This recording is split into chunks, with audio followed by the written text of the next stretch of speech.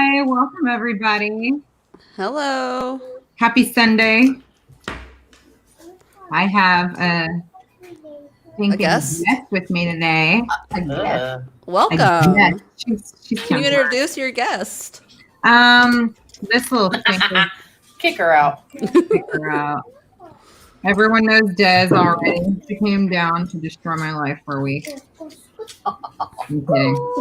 Nice to meet Amber. I am glad that Sunday Fun Day is not a phrase anymore. I was not a fan of that phrase. Sunday book day. What? Book Club Sunday. No, because you said Happy I Sunday got or you, whatever. Dom. I got you, Dom. Just let him. Yeah. Happy Sunday. That's it. No, I know. So I'm glad you said that. That's made me thought of that phrase that I'm glad I don't hear anymore. Yeah, I don't think I've heard it in a while either. I hear that as a challenge. Bringing it back. Sunday Fun Day. Sunday shots. What? Sunday shots. Cheers to Oh, that. oh. Kick her out. Oh, Sunday shots? That's not what I was seeing last night. So you had Saturday shots. Yeah, All I'm right, talking about you. So, welcome to our first discussion for The Haunting of Hill House. We're very excited about this. Mommy's choice. A little freaky, a little fun. What do you think? What do you guys think? The first chapter isn't, to me, it's not so scary. Obviously, I listened to it. Hi, Riley. I hope you're feeling better. Yes, I hope you're feeling better as well. So Riley was supposed to join us today, but wasn't feeling 100%. So we just hope that she is taking care of herself. Getting some tea, like I suggested earlier. She better get cozy. And Adriana is probably yelling at everybody in the house. My biggest kid. Come on, biggest kid. We'll have a few extra people this time, I'm hoping, because I know that there were some people who were waiting to start this book with us. So hopefully they're joining us tonight from wherever they are, Facebook, Twitch, YouTube, I don't know, all over the place. All the above. Yeah. So something we didn't really notice until it was brought to our attention is you guys can see on the screen that there are two different book covers. They are not actually like put together the same, I guess is the way you can describe it. The original has its like regular old chapters, 1 through 9. And then the one that has the TV show cover was kind of put together differently. So for those of us who read chapters 1 and 2 in the original book, anybody who has the newer covered book is going to have read up to maybe page 58, I think, is actually what Scylla Thanks, said. Scylla. Thank you, Scylla, Thank for you. bringing that to our attention. Yeah. Whoops. So hopefully nobody got too confused if they ended up picking up that book, but that is where we're going to be stopping today. I don't know if you will have gone ahead or stopped just short. We'll see. Hi, Monica. Hello. Stinking jinx. Hey, Dominique, do you remember which of the novel boxes who got that book? Monica, look at the cover. I think it was Monica. I think they were in California. Okay. So the original is like the dark orange background or dark orange cover. The new, this one. Well, it's posted. The orange cover on the left. The half face. Okay, so Monica has it. Right. So we will be going up to basically page 58, I think is where chapter 2 ends. Scylla. Hi, Scylla. Welcome. We're just talking about how wonderful you are for bringing it to our attention that the new covered book does not stop at the same point. So you're not the only one who has it. Monica, what page did you read off or read to? Hi, Ashley. It's nice to see you join us. I'm glad that you're here for this. Is that you in the photo? That's a fun photo. The vamp? That is such a cool photo. Okay. So Halloween. Love it. Page 58, yes, is in the middle of a chapter. This is what was difficult when we originally picked it. We were obviously looking at the old book, and that is done by chapter. So we split it up, 2, 2, 2, 3. And so, yes, unfortunately, I'm stopping with that book kind of in an odd spot, but hopefully it's not too confusing. So we'll see. We can talk about where it ended. Right, because it's chapters and sections is what Scylla said. So you're stopping at a specific section, which should end on page 58. Hi, Sylvia. Hi, Sylvia. Nice to see you Hi. join us this time. We're excited to have you. Oh my God, that is such a cute picture. You are gorgeous, by the way. Dang. Yeah, I like seeing you guys. I know. It's so nice to see everybody's faces. Oh, I never noticed. I guess that's if they're watching through Facebook, we can see their face. I didn't pay attention before. Let's see. The end of section 2 is page 49. I have no clue. Scylla, what you got, girl? Scylla, what section was it? I don't remember what you told me. You'll be our helper.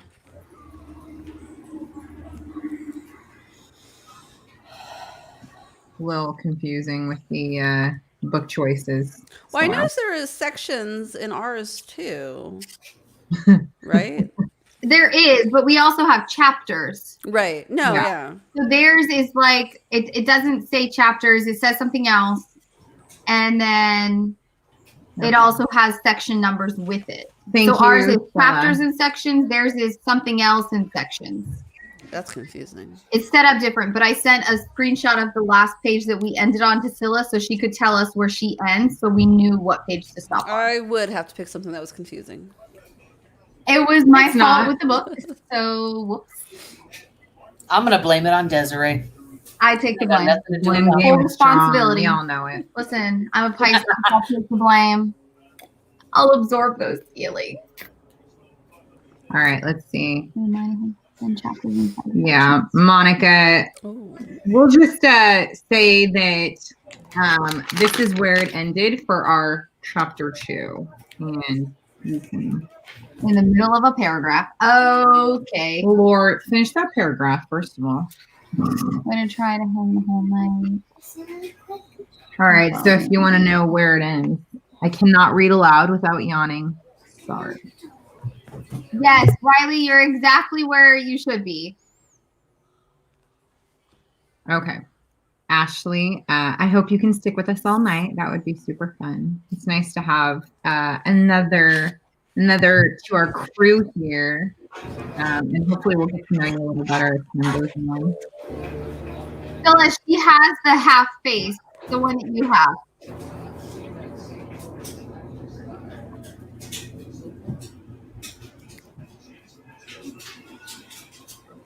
I'll have to like compare my book with Scylla's and then we can figure out chapters.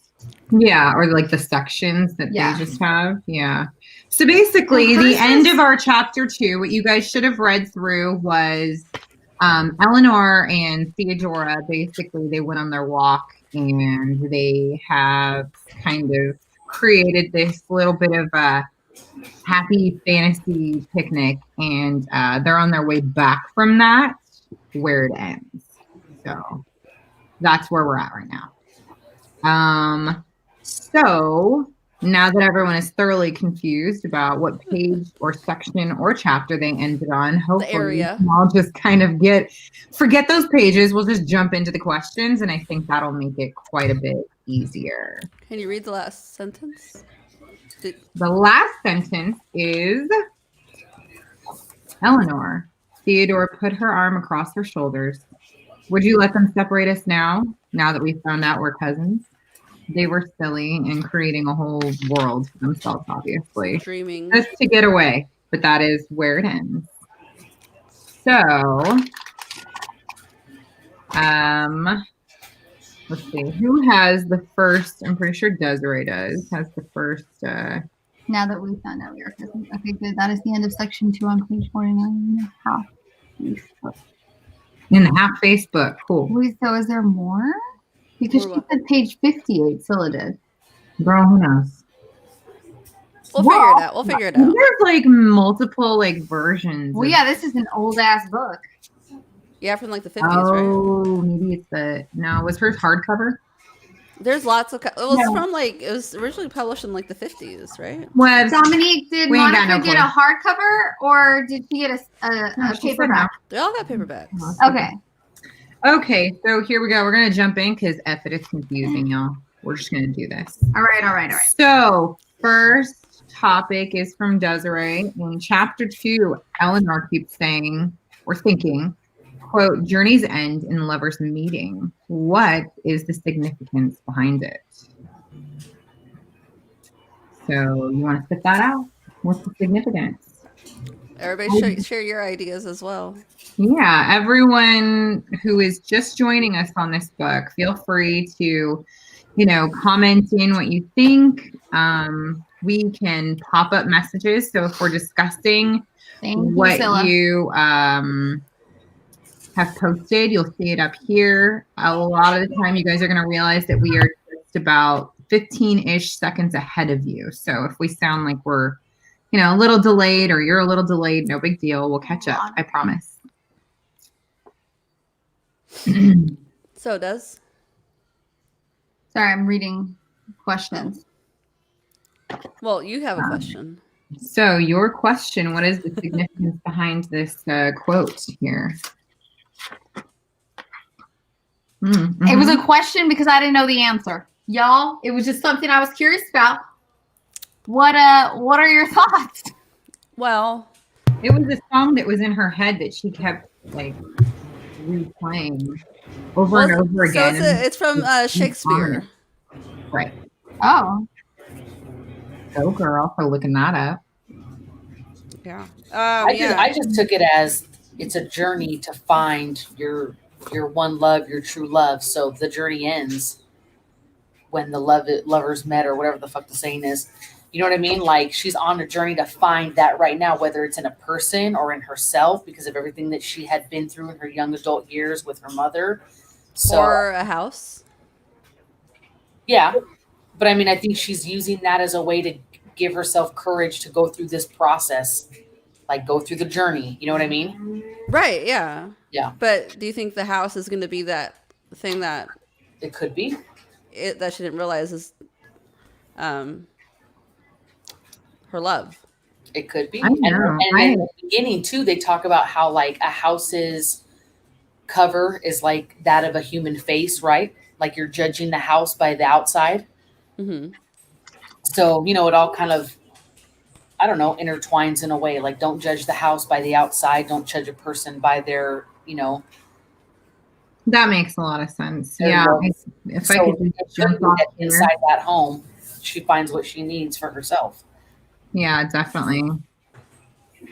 I like what Rebecca said here, that there's something special waiting for her at the end of the journey. Mm-hmm. That'll make it worth it. Yeah. Worth all of her fear and, all the big feelings she's feeling. But she brings it up every time something scary happens.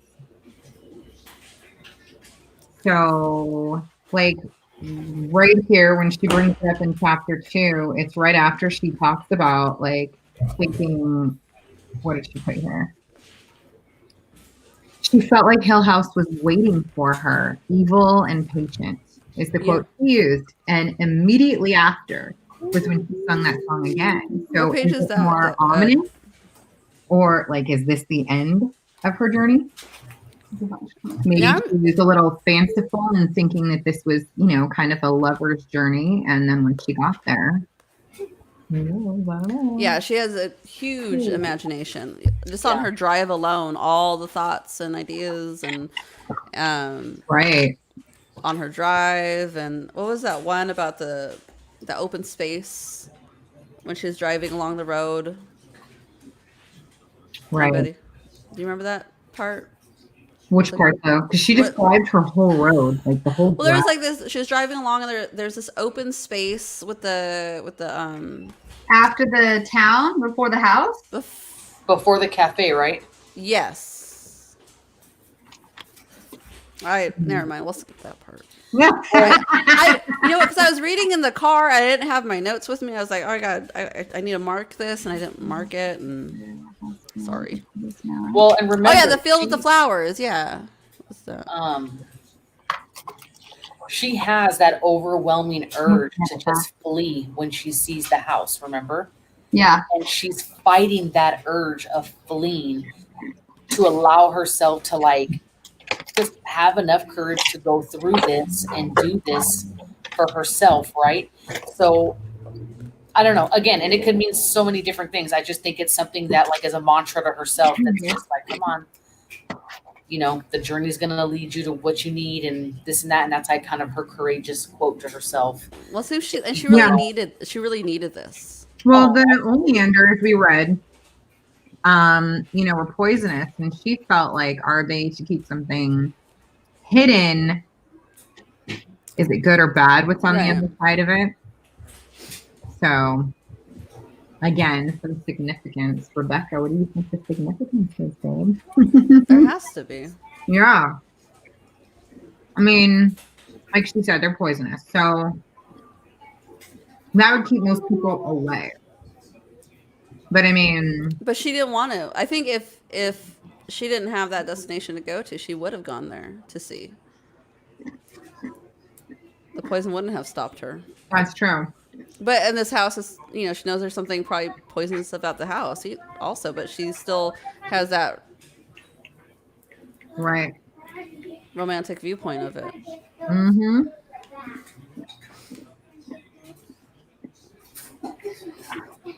A whole life is poisonous. Yeah, definitely. So it makes no difference being in poison. Yeah. Yeah, she definitely, I agree with this because, you know, we already know that, you know, her sister's kind of bossy, her and her husband, and she was the caregiver for their mom. So, you know, she hasn't done a whole lot, lived a whole lot, etc. Well, it sounds like she was always around. Her whole family was, but always alone, like lonely, but surrounded by them, where she had to live in this other world to be somebody. Mm-hmm. Absolutely. Poisoning her against being able to live in the now. I definitely think that's probably the closest we'll get to that. And oh yeah. Yeah. Oh yeah. I agree, Ashley. Thank you. They Nobody seem toxic. This wasn't a question, right? But like that argument between the car situation. Oh, right. It was just like back and forth. It's like, dude, like, yeah. let her take a drive. Thank you. Oh, he sounds like an idiot. Oh yeah. Yeah. Her brother-in-law? What a pain in the Yes. ass already. I already don't like him. And what if she gets sick and has to go to the doctor? Call it Uber, bitch. I don't know. Like I got shits to do and I'm going to the haunted house. Bitch, call it Uber. Well, Maybe the family couldn't afford it. I don't care. Well, had the extra money, and that's why they were sharing. But so the book again was written in the 50s. So I'm assuming there's just a lot of family sharing in that kind of aspect. Well, she took a taxi to go get the car. They could take a taxi to the doctor. They can make a house call. Figure it out. Right? I agree. Yeah. If there's an emergency, you'll figure it out. Whether in the 50s or now, they'll figure it out. Just let her take the car. Lori, I agree. She's definitely living through the imagination right now. It's funny because it's like it's written very like present. So we're on her journey with her, and then she just jumps into like her imaginative journey and then jumps back. And I'm like, wait a second. I like this right here. Yeah. With Yeah. the old lady. That was kind of weird. Well, you remember what she said at the end, right? She was like praying for you. Yeah. Like I was like, oh, like what does that old lady know? Yeah, she might have had like a premonition or something. But it seemed It was like, definitely weird though. You're right. but she seemed very like I feel like I've been in those situations where like I've fumbled and like just because she seemed really apologetic to the woman and really didn't, you know, mean to knock over and so was the woman like still mad at her, or what did you guys take on that? No, I don't think she was. I mean, the fact that she was honest enough to say, well, I didn't even pay for this meal, so I can't have you pay to get me another one, I think said a lot, you know? Yeah. That was Yeah. kind of, Lori, I'm wondering too if like that might come up. It's interesting. Oh, because it was a short, but significant yeah. like portion of the first chapter there, right? Mhm. So interesting.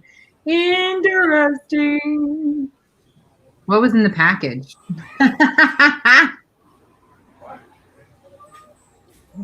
Food, wasn't it? Wow, yeah, it was half eaten. She just come from somewhere. Mm-hmm. That's why she the said food. her The food. Yeah. So I went back to see how many times I could pick up where I finally realized how many times she was saying journeys end in lovers meeting. There's a few. Yeah. Quite a few. Oh yeah, I was gonna say I wanted to start after I read your question. Does I wanted to like go back. I want to like highlight it and see how many times she says it, just out of I was trying to see curiosity. the context in which she was saying it too, like if it was every time she was scared. So the start, chapter 2, section 2 says she stood alone beside her suitcase, her coat still hanging over her arm, thoroughly miserable, telling herself helplessly, journey's end in lovers' meeting, and wishing she could go home. See, it happens every time something shitty's going on. And then It's like she's singing that song. what mic are you guys on? Okay, is it shitty? Because I was opening a package right in front. Well, no, but it's tell me, Dominique, if I'm wrong, but it sounds kind of like echoey, like if they're far away and it's kind of. Told him tonight. I thought it was my earbud. Did you see me swapping out? Like I kept changing ears and adjusting my volume. Yo, tell me if it's better right now. That's a little bit better. Thank you. It's just the direction of this damn mic. Okay, that's better. Yeah, it just sounded like it was trying to pick up sound and it was like messing with my ears. Did we not just talk about this? I know, that's why I was like, yeah, it was weird. It was really weird. Des will be back. She gotta go take care of a kid. Oh, that does right. Angry babies. Yeah, it does sound slightly muffled. Okay, well, hopefully now I don't sound like I'm slightly muffled. It's a little better. Yeah, okay. Thank you. Is anybody using their glasses tonight or this Okay, week? well, I while just they used read? mine, so now I gotta wash it. Oh, she is. See? Okay, Nice. y'all are twinning tonight, and I feel bad that I didn't. Who else is using their cups? Anybody? I feel like an asshole right now. Yeah, are you guys all using your cups tonight? Because I didn't. And I did use my paper and pens Look for at this, my look at this. notes. Look at this. And then my one nail has a little hand on it. Oh my God. So fun. I would be afraid to wipe my ass with those. I would You're not afraid like, to wipe your ass bow. with those. No. Yeah, but a bow would like be missing and I'd be afraid to be like, you know where. And I'm not digging for it. I'm just saying. No thanks. I do more lightly wiping. She's Not using aggressive. her handmade class. Oh. Nice. I mean, you know what I mean? Like, I'm not trying to like worry about how I'm gonna wipe myself or like button my pants or something and then shit's flying everywhere. I'm good. Well, I got a cup of stars, so does Desiree, only hers is tea. It's just full of eyes. All right, so we'll jump on to the next topic. Desiree can catch up when she gets here.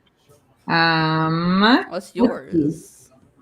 Eleanor and Theodora become quick friends after their arrival at Hill House. Would anyone coming in after Eleanor have made her this happy due to her fear of the house, or is it something more special about Theodora specifically? My personal thoughts on that in my notes here. Let's see. All right. Eleanor was quick to greet pretty much whomever it was that was going to enter. She heard the door. She got excited. She ran to it to greet this person almost as if she lived there. What was it? Like she heard the car, right? She's like... Right. She got excited. She was like, thank God someone else is here, because that was when she was getting ready to pack up and go. She was like, I don't know if I can do this. I don't think I can stay. And then she heard the door of the car and she was like, that's it. I'm going to go see who's here. So I think that she got kind of excited just at the the option. I mean, at the idea that someone else was going to be there with her. Mm-hmm. I don't know if this person would have necessarily been as important as Theodora has, because, Theodora's personality was very bright and bubbly and fun and witty and Well, bright. she's a psychic too, right? They said in the That beginning. he believes that she may have abilities of Mhm. Right. clairvoyance or whatever. Well, that's kind of why well, I guess we'll get into that. I mean, that's kind of why they're all there, right? It's because they all had some kind of psychic ability in some way, or some psychic phenomenon that they went through, and that's why they were chosen. Scylla, interesting, right? That it was almost as if she lived there. Mm-hmm. Yeah, trying the house on. I agree, because it's very similar to how she, does the very fanciful dream world where she's here and then talks about what she could do if she stayed. So same thing, whether on the road or in the house. Maybe that's, yeah. I mean, for me, without getting all deep into it or trying to read into it, just think of it as the basics.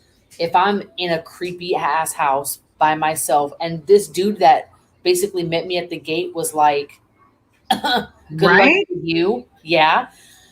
And I finally hear that someone else comes. Number one, I'm going to be excited because, okay, now I'm not by myself.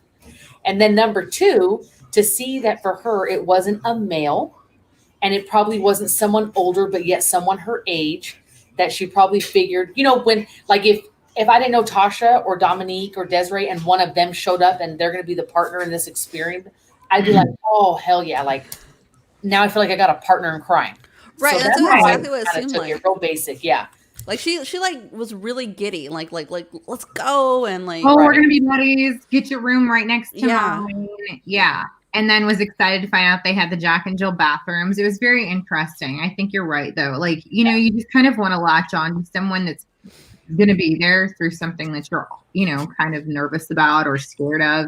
Obviously, this house freaks her out. She already knows why. Deep down, I believe. And think about everything that she's already missed out on in her young adult years because of I was gonna say how alone she's been. She's been alone this whole time. Right. Never had a real relationship of any So sort. what if Theodora kind of represents a part of herself that she wishes were true? Maybe she wishes she were bubbly and bright and brave and witty. She's kind of funny, kind of snarky, kind of, just in the way that she makes these little comments and, says things. And then she also, follows along in her, dream world. Yeah. Which is fun too. I think they're both going to bring out good and different sides of each other. You know what I mean? Because Theo's going to pull out a lot from Eleanor and vice versa. But I think it's also funny how these two women are supposedly bonding, but they're bonding over lies, imagination, and fantasies. It's not real shit. So that's kind of funny to me. You know what I mean? Right. What's going to happen when things start actually going down in this house? Right. And truths start kind of coming out. When you said that they feel like what did you just say, Anna? How they not use compliment, but made me think of that one part where she felt scared when Theodora made that face, but Theodora noticed it, and she touched her cheek and was like, said, right. See, I did not. No, I did mark that page, I think. Yes, actually, it is. It's like they're trying to create this bond to soothe one another, I agree. And kind of let that overpower the fear that they may have of being in this place. So good. Yeah. So good. Yeah. Because that's exactly what she uses against her when chapter 2 ends. Come on, you're not going to let them break us apart now that we're cousins. And that's her way of guilting her into continuing and staying, because she sees it in her eyes that she doesn't want to be there. You know? So Ashley thinks. Yep. Yeah. Maybe Theodora is scared shitless as well, but is too proud to say it. I agree. That could be it. Probably. And I think, you can pick up pretty quick. I think when you meet somebody, kind of your personality roles. And if she feels that she is the more dominant personality and she has to be that strong one, then she's going to keep that front. You know what I'm saying? To keep her going. But yeah, she's right. And who knows? They might not last. We'll see what happens. It could end up being one of her biggest enemies. It happens a lot. See, okay, go ahead. Yes. I'm going to save my little thing for the end because maybe somebody asked it and I didn't read it on the thing. Go. Okay. Here, you read the next one. Nope, I'm chewing. You're chewing. Dang. So Ashley, Little cracker. Eleanor deliberately stops at the little diner even after she was told not to. I wonder if she got anything out of stopping. Right. I kept I was like, what? Like, what is she doing? Like, she wants like the answers, right? Like, she's like, okay, I know I'm not supposed to do this, but she's like doing all those technicalities. Like, well, technically, I just wasn't supposed to stop and ask, so let me just go. That's okay. She kept doing something she felt she wasn't supposed to do, but then kept making justifications for it. Yes, I agree. Yeah. She was trying to be sneaky. And then in the diner, she's trying to be sneaky. She's like, oh, and the houses, are there houses in the hills? Like, come on, guys, tell me about the house on the hill. Like saying all the words without the words, right? The question. Together, like all separate but not together. She didn't mention the house. She mentioned everything else around it. Like, she was talking about houses. Like, oh, are there houses? And she even said, are there any houses in the hills? Yep. Right, absolutely. And I do agree. I think that she's on her own for the first time. She's going to do the kinds of things that, someone going off to college would do. So, they're all going to, or she's going to definitely be testing her boundaries, and nobody's going to be telling her what not to do right now. She's going to have to, make all her own decisions because she's finally allowed to. It was creepy too how the guy told her when he paid and left, like, people don't come to this town. They leave this town. Oh, bitch, I'd have been like, and I'm right there with them. I'm out. Yeah, I'm out. Say no more. I'm out. Yeah. And you knew they knew what she was talking about. Oh, yeah. You could tell by the waitress's demeanor. Yeah. Because she's like, here we go again. Like, I'm not dealing with this shit. I don't blame her. She definitely wants to test limits. She's 32, Ashley. Yeah. So she's not older. I mean, she's just not younger either. Well, I feel like she has this younger mentality because she hasn't been out on her own yet. She's been kind of stuck with that toxic family, not being able to become whoever she's supposed to be. Yeah, right. I mean, I just think that this entire thing is defiance, starting with taking the car, and good for her though. Good for her. Yeah. Dude, this whole shit so far, I'm proud of her because it's definitely out of her comfort zone, and this is what she needs. Right. I thought that this was weird too, Monica, that no one. They probably just. I feel like they knew the way she was talking. She thought she was sly, but she again. She at the end, the waitress was like, "I hope you find your house." Yeah. Yeah. I mean, I hope you get lost in that shit and die. Yeah. They're not dumb, and it sounds like a town where I think everybody knows everybody. So when the newcomers come through, you can kind of tell. But if she's already been warned, and they probably figured, you know what, there's no telling these people. They're going to want to go and experience what they want to experience and see what they want to see. And good luck to you. Have at it. Right? Oh, my goodness. I just had a thought and it poofed away. I hate that. Got that mom brain. Okay, let's go back to Scylla since we just jumped around really quick. Why doesn't Eleanor turn around? Oh, I did jump. I'm sorry. She has bad feelings about the destination, yet keeps going. Even meeting resistance at the gate, she still pushes on. I'm telling you, if someone would have greeted me like that, I'd be like, you know what? You right. I'm out. I mean, she has all these like obstacles in the way and just keeps pushing forward. I mean, it's very, again, defiant, but creating her own journey, you know.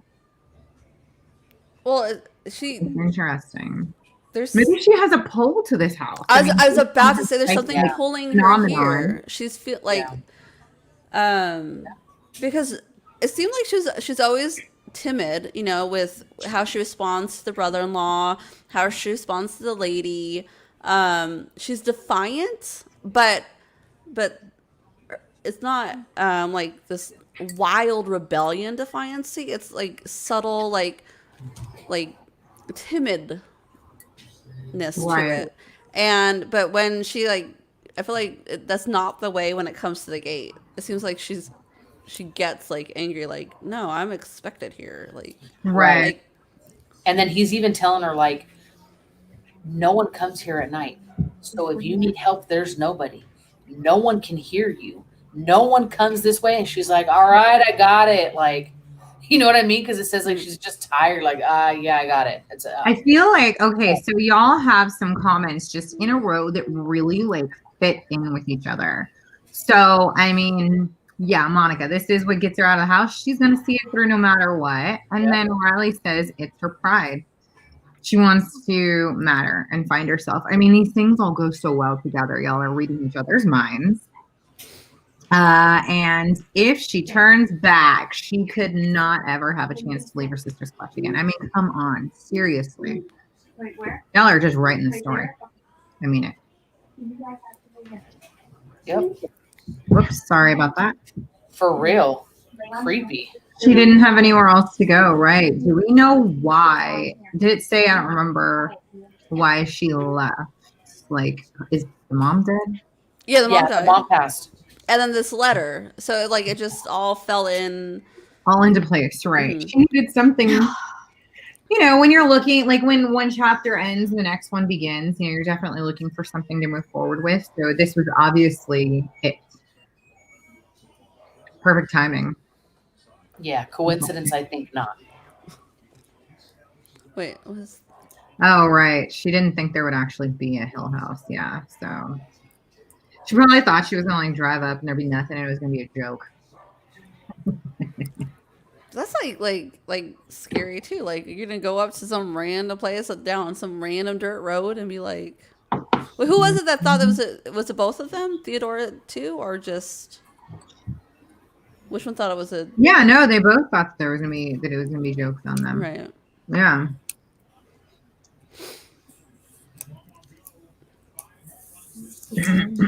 Yeah. Right, that man at the gate. I was like, if he's not like enough to make you get the hell out of there, like clearly nothing's gonna stop you. You just need a trip. So enjoy it. She's a stubborn ass bee. Must be a Pisces. Or a Leo. Neither. So remember, it was, this is for Riley's comment. It was because after the father passed, it started randomly raining stones on their house. Yes. And then all of a sudden, Right. randomly stopped. So this doctor believes that he had, or that she had, something to possibly do with that and wants to know what her abilities are, Right. and how that can relate to the house. So that'll be kind of interesting to see later. how And that what was his correlates. job again? Dude, I couldn't remember just that he was in Who? the Dr. job. Monica?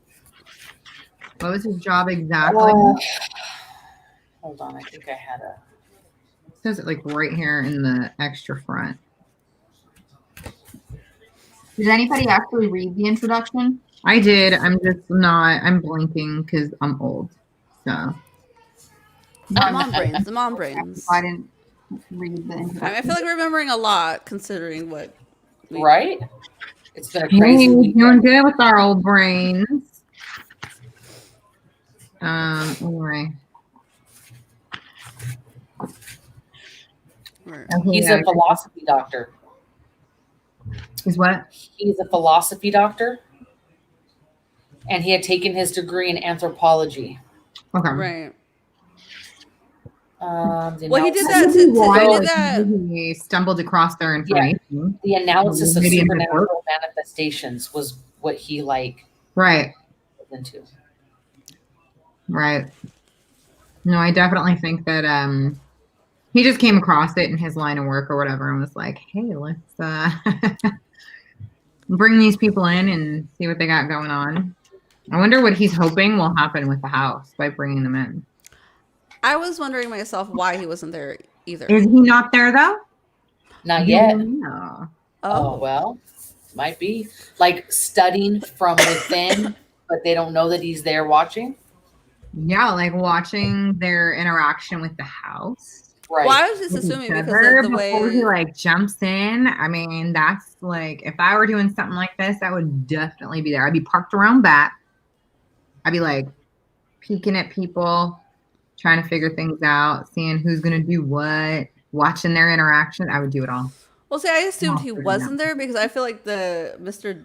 Dudley guy seems like not the one that would play along with it. Like you want to pretend you're not here. That's no. I'm just gonna do what I gotta do because they're very like, this is all I'm gonna do. I'm not gonna do anything extra. Yeah. That's why I assumed he wasn't there, but he could be hiding. Yeah, who knows? I guess we'll see what happens. And y'all know this. Scylla's like, is there extra reading to go along with this? Because she's the bomb. Okay. I was jealous of the way she takes notes. She takes notes in like every English lit teacher's favorite way, I swear. I was like, she has like a timeline flagged across the top along with all the notes along the side. It's like genius way to do it. You don't have to be like, oh, when did that happen? She's like, I got it. It happened right here, this page. So good. I need to get on your level for God sure. bless you. Look, I forget to do that. I'm like, should I flag I this? got 2 tabs in here with some shit on it, and I was so proud of myself. Ooh! So Yay. good job Okay, to I Scylla, actually bomb 'cause that ain't and me. marked off the chapters. That's it. I'm kidding. Yeah, I'm, no. I'm kidding. Nah. I have notes. I got plenty of them. Look at that. Look at it with my milky pen, by the way. Which, by the way, Same. I friggin' loved using. Yeah. I was writing random shit just because. Right, Like- I felt like I was writing in like invisible ink, and it was She's just like appearing like a Anna ghost. and Sean Yeah. forever. Anna and Okay. Sean forever. Like Okay. a 4 in EVA. Ever. Wow. EVA, yeah, forever. Okay, if the doctor is the house just trying to lure people in, girl, you are so good. Yes, that could definitely be it. Wouldn't that be freaky? But who's gonna show up in like his place? I mean, somebody has to be there, right?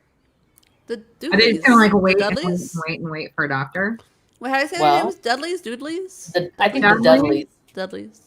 Dude. Yeah, maybe. But we don't know what that letter did. It didn't say everything that was in the letter, right? To detail the instructions that he gave her.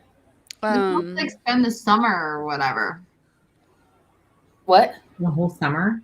I know, Yeah. but it doesn't talk about the letter in detail. So we still don't know, right? Like what the instructions were that were given. Maybe they do have instruction that they're going to be there for quite a bit of time without him first, and then he comes after. So maybe that's how he can observe them. Like, do you see what I'm saying? Yeah, definitely. I'm sure, you know, as time goes, we'll probably get like maybe a little bit more info on what was in the letter. Yeah. I thought it was really strange too. I was like, really? Like you invite people here and you're not even gonna be here to like be the host and like welcome them in. That's all extremely odd to me. But the house is odd, and obviously this doctor, I mean, Oh, hold on a he's gonna be second. odd himself. Not to like spoil it, but right when you turn the page into chapter 3, there's Dr. Montague. Shader. So says, come inside. I'm Dr. Montague. Okay. Inside of what? The dining room? Is that what we're gonna be? Let's see. Don't right cheat. I'm kidding. Cheat. What? No, I'm up there. Now she is, y'all. Because I was like, ooh, we could be like stuck on something stupid. Oh, for that's no the reason. person who comes when they're after their picnic. Yeah, he's at the front door. So they're walking in from the picnic. Well, we can stop on those thoughts now. Yeah. But that was fun while it lasted. This loud at your house? When I'm swishing? I'm just wondering. Swishing? You're over here eating, swishing. It's like a lot of noise. I was like, I'm It's just like book club hashtag slash ASMR. I've been running around all Desiree, afternoon. go do your ASMR another time. right. Hey, Oh yeah, just let the Wait, law do her job. Do you have a nose ring, Desiree? it's fake. It's fake. Oh my god. And she still has it in from last night. I'm gonna go get it. I'm I gonna yeah, got really well, excited until for a you do. second. I'm gonna do it.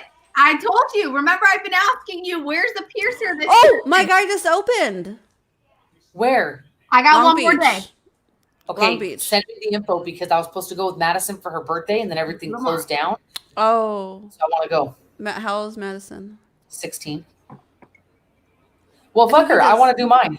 Let's go. Okay. No, why say it? I'll let I really like this. So it's Hold on, I want something Flower cute. New It's Flower ridiculous. Studios. Future But Knit. it's Future Knit. appointment only. But look up New Flower Studios. Okay. Yeah.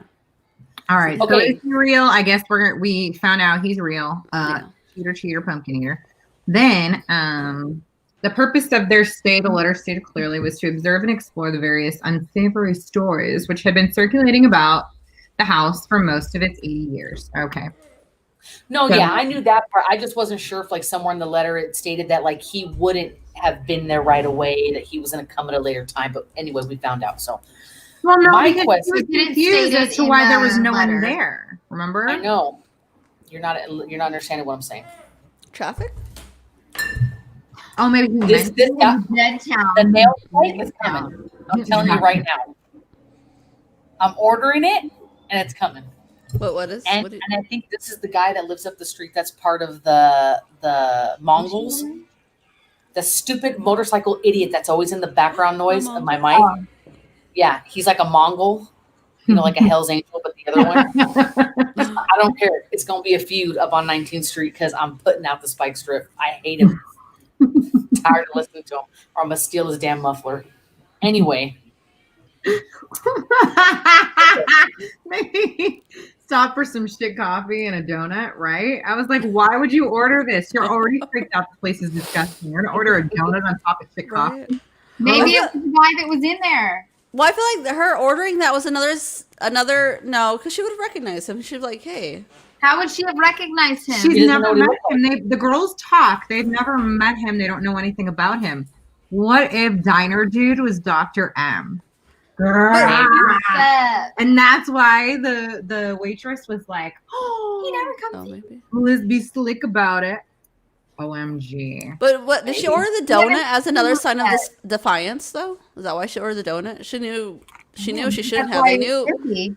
but she Right. did it because like she knew she shouldn't have, but she still did it anyways. Like she's doing everything else. Do you know how to follow rules? Bitch, you don't. Oh my God, yeah. Like, what if she just said it? What if he, like, said, no one go to the diner? So he hung out there waiting to see if someone did. Ooh, what a maybe. Well, he didn't say diner. He just said nobody. No Don't one stopped. stop. Yeah, but a diner, he, like, specifically mentioned, yeah, I don't know. I Hey, don't know. well, he Well, would've that was the called only me and place- been like, that's that was a the big only bitch place who loves to you. Didn't stop listen. also. Exactly. There's nowhere else to stop. Mm-hmm. To see who didn't listen. Here, very important question. A very important pop it up. I know you know what it is. What are we eating? We're eating a keto grilled cheese. It's bomb. Oh, it's bomb. Yeah, my hubs made it. And it With is the bread I got you? everything I ever dreamed of. Yeah, with the bread that Anna Okay. sent Desiree with Do today. you like it? It's It's good. Oh, I've done it It's with bomb. that bread. It's bomb. I haven't. Des knows I am all about food. It's so good. Scylla, I can get it at the Walmart in Fairfield, the Extraordinary Bites, but you can go online and see about their bread. That's so far the only bread that we like that's the keto bread. The one from Ordinary Costco is Bites from very that- similar to that. What? The one from Costco is very similar to that. I just think it's more fragile, breaks apart easier, but it's still very good. No, I like this bread, so I'm sticking. It just Okay. this stuff is bomb. So So my thought shared was- bread. It was Are you good. done talking about your grilled cheese? Can I get mean, back to honestly, I feel like we're still in hour 1. Can I get back? to my Everyone's thought? hungry. It's friggin' dinner time when we start, okay? We can talk Well. about grilled cheese for a minute. My thought is, I want to know what the significance is to the rooms that they're placed in. Say what? Wait, sorry. I'm sorry. What? You know what? I'm feeling very underappreciated tonight. No, I really want to know what you said. Spit it out. Spit it out, Tasha. You said, what is the bread made of? Now we're QVC.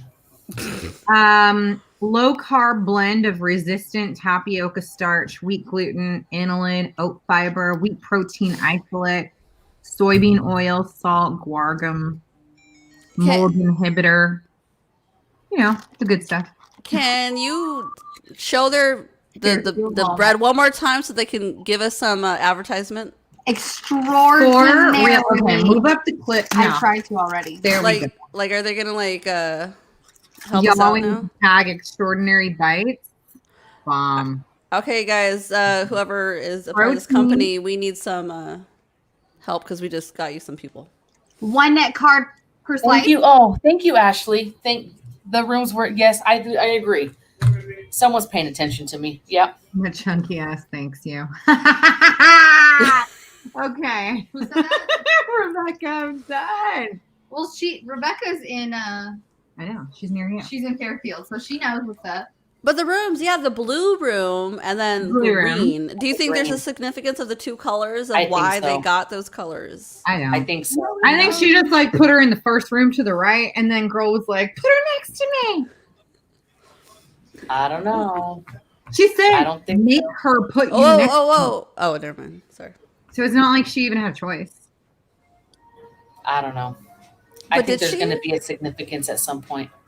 I want the green room. All right. Well, the way she described the blue room did not sound. I'd rather be in blue than green. It was going to be facing a certain way based on the curve of the staircase.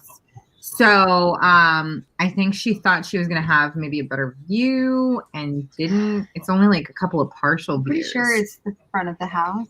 But it's partial views. She can't see where the cars come up. She heard it. That's what it was. Oh my God, Ashley, damn. The order they die. I'm not trying to think about nobody dying right now. I love it. What is the way they show up is the way that order? Like the order of their rooms, yeah. Oh my goodness, that should caught me off guard. Maybe they just like filed them in like 1, 2, 3. What did this house used to be? With all of its rooms. Just I don't think so big either. Houses. Yep. I think that was some kind of spirit. Yeah, it was Dudley. Dudley Duke. Yeah. I'm gonna freak him out. Was in the grass. Something. Yeah. I try to make you nuts with my chewing. I mean, yeah. This is not ASMR again. Once again. But y'all, I'm just gonna slap a muzzle on real quick, or okay, I'm just gonna do one of these. Y'all are gonna end up. What? Yeah. After the picnic, there it goes. The fucking llama again. I don't want it stuck in my teeth. I'm like swishing it out. Stop the swishing. Get a toothpick. Luke ends up going to the house. Luke, right? Lucas? Yeah, we just haven't seen him yet. I thought you said it was the doctor. No. Lucas ends up also going to the house. The nephew, right? Oh, I mean, who got sent who were all the people that got sent letters? Well, she's saying, is anyone else coming to the house? I thought only Eleanor and Thea answered, but then the nephew ends up also being a part of it. I think it said 3 people answered. The letters? Y'all are memories. I thought it was 4. 2 answered. I thought it was 4 too. I thought it was 4. I thought it was 4. I thought it was 3. I read 2 answered the letters, and then he ends up getting involved in it because he is the nephew of the owner of the home, Lucas or Luke, whatever the hell his name is. Thanks, Stella. Okay, yeah, we did. I think that's another topic that's down here if we would like to jump along, since we're, got a few more minutes left to talk. We can go over, but oh, wait a second. Did anyone make that comment? No, I don't think so. No. Oh, never mind. Then go ahead, discuss. Where was that one at again? That comment was so weird. Though. Yes, I said that to you. Oh, you said it to me. Yes. Wait, did I miss that? So I was reading in a car with a lot of people, so maybe I missed that Hold on, let me somehow. find it. What? Where was that? I'll find it. Hold on. I was laughing. Is that what you were laughing about earlier? Yes, both comments that I told you, I was laughing. What? Where? I'm looking. Oh, I made a whole bunch of notes. Thank you, Riley. That's what I thought. I'll trust you. I said 3. Oh, I found it. Huh? Want me to read it? Read which Yeah. one? What? It says, "It's the home I've always dreamed of," Theodora said. "A little hideaway where I can be alone with my thoughts, particularly if my thoughts happen to be about murder or suicide." Oh, that's right. I remember that now. What page was that? But I think that I read it as sarcastic. Like, that's some shit I would say. Like, oh, yeah, especially if I want to dream about killing myself. Yeah, that is sarcastic, but house. you don't always like say like be that. Yeah, I I you don't know. You just met the person you're talking, like having those kind of. I guess Right. I took house. it as sarcasm too because I thought she meant like this house is freaky. Clearly, that's the kind of thinking that I would have to be here. Right. Perfect. Right. That sounds like an honest statement. Exactly, Rebecca. Same thoughts, ladies. Oh, I got some commentaries down in here. Let's see. Okay, let's move on to Dominique's topic. And it says right here, at a restaurant, Eleanor sits near family and watches as a little girl throws a tantrum over not being able to drink out of a special cup she has at home. A cup with stars at the bottom. Eleanor told the girl, "Insist on your cup of stars. Once they've trapped you into being like everyone else, you'll never see your cup of stars again." What do you think Eleanor means? Go, girl. Anybody. Anybody but me. Right. I think that's what happened to her. Yeah. She had her cup of stars taken by her situation. That's kind of like her freedom, right? Mm-hmm. And that's why she grasped so hard onto getting to this house. Like, this house is going to be her cup of stars, her freedom, her escape. Telling this little girl, like, don't let anybody stop you. I've been stopped. Now I'm in my 30s. It's a thing that makes you different, right? And don't change that. If you want to drink and you can see your stars at the bottom because that's what makes you happy, right? Then you do that. This is what I was confused about too. Did she ever actually say it? Yeah, it says she whispered it to her, and then the little girl, like, heard her and then told her parents, like, yeah, no, Now I'm reading this in like 2 different aspects. I'm reading it from like Eleanor's, mind frame of like, she's like telling this little girl, like, come on, like, be like, don't let them stop you.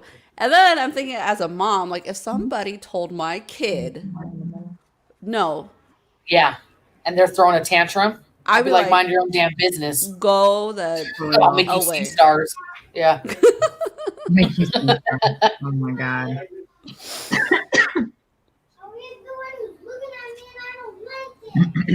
Yeah, I agree. So like, she seems so like she really needed to connect with this little girl. Yeah, well, maybe she felt like her because she was a kid once and went through whatever she went through. So maybe she just felt like they had stifled her at the time. So she's limiting herself, and because again, back to how the doctor found them, there's something about her. And maybe that had been like suppressed from the way she's been brought up. Right. Yeah.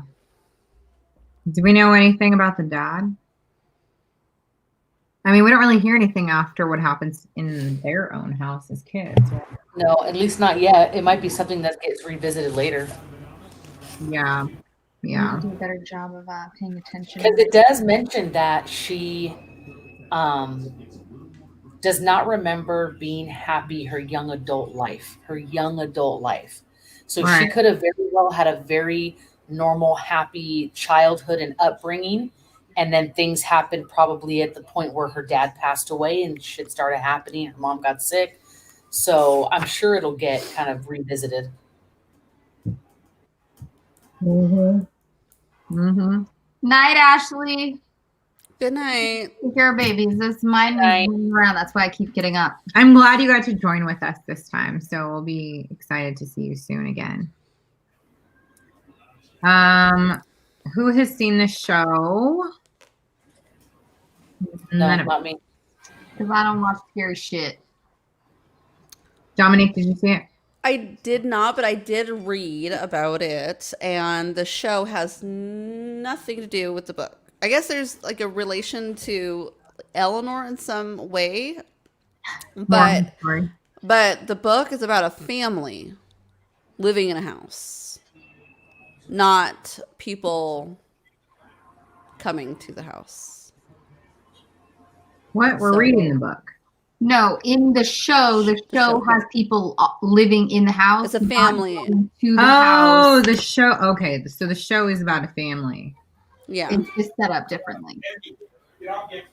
Completely. Okay. There's an Eleanor in it, and then there's an Eleanor, but I don't know exactly if it's the same Eleanor, if it relates. I didn't want to read too much and get any information I didn't want to read yet. But it seems like it's two different stories. It's like based off of Right. this story, but is not this story. I think that they just like have the Haunting movie. yeah.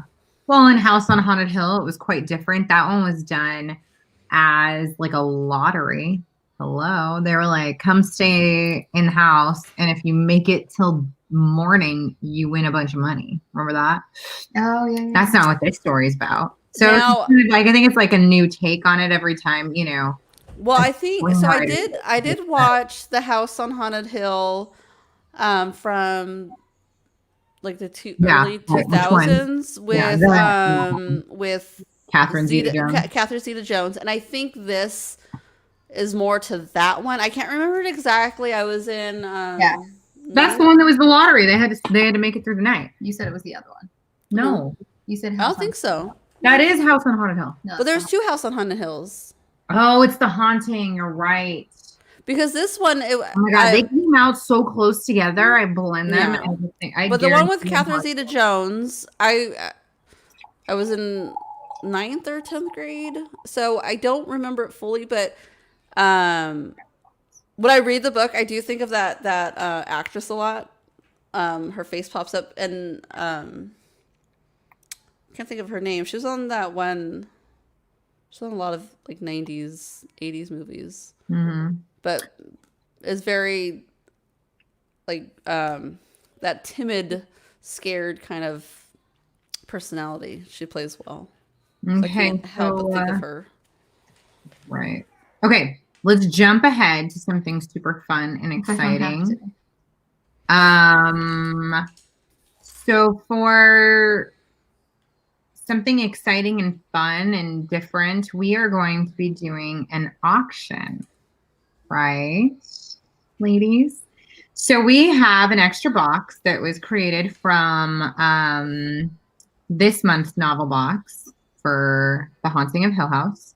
And I know that some had discussed that they wish they'd gotten it in time. So our plan from this point forward is to auction a box every month, and the proceeds will be going towards donating money or the books themselves to kids being able to read all over the world and here. So Not the current scary book. No, we are not donating Well, she this said- book. yeah. We're going to donate the proceeds from the auction to be able to donate children's books. So we will be doing the auction for 24 hours, right? And everyone is going to send Desiree here their only bid on this box. It is going to start at $40, and that is so we can guarantee that there will be some books for kids. So we will post all the details for this starting tomorrow at 10 a.m. Pacific. And you guys will all send in your only bid. It's a silent auction. We will close it 24 hours later. So on Tuesday at 10 a.m., we will announce our winner for the auction box. And Dominique is going to let you guys know who she has chosen shortly. to donate these books or money to. She has chosen a charity that she likes, and I think you all are going to be very excited about this one. So I'm sharing that now. Yeah. So this, let me find this. So there's this charity I found. It's called United Through Reading. And I thought it was really sweet. It's hold on. Let me just get the explanation. Yeah. So I don't like. The auction box is the current novel box that has just gone out. It has everything that's already been posted. That's you can see everything that's in it in the group. All right, so the United Through Reading, they help children of active military personnel bond with their deployed parents through reading. The representatives from the nonprofit visit military bases all over the world to film the parents reading books to their kids back home. As the United Through Reading website states, our program creates emotional connections between parents and their children. They support literacy and make homecomings easier. That's seriously cool. I like that. Oh, look at that. Shut up! There you go. That's so cool, Rebecca. That is awesome. That's cool. Wow, that's amazing. So maybe we can send it up your way and you can make sure it gets distributed properly. So that's absolutely incredible. I'm excited that this is going to be our first auction. So we'll post all the details for it tomorrow. I will post a photo again. The auction box itself is the novel box that Dominique created for The Haunting of Hill House. So everybody already knows what's in it now. Mm-hmm. If you already have the box and you want to make a small donation, we would, gladly add it to the donation and give to whatever charities we're doing for that month. Right. Yeah. So we have this month for Dominique's choice. We already have one also set up for next month for Adriana's choice. So go on. Sorry. No, I'm going to say, I just think that the auction box is going to be a really cool way to kind of speak to all the other members in the Facebook group that are not as active as all of you ladies are. And hopefully this is a way to kind of get them more involved and, a way for them to get their first box and kind of get a feel for it. So it'll be a lot of fun. I see really good things happening with this. So we're excited. Yeah. So we're going to post the details tomorrow morning and on the page, and we will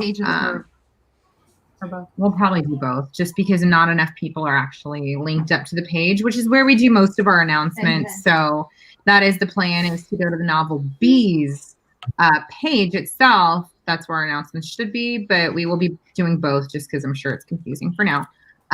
Anyways, we'll post all the details tomorrow. We will start the auction at 10 a.m. It'll include the photo, the charity info, all of that stuff. And it'll be a 24-hour silent auction. Everyone will send their bids to Des through private message. I will repeat all of that again when I post it tomorrow morning.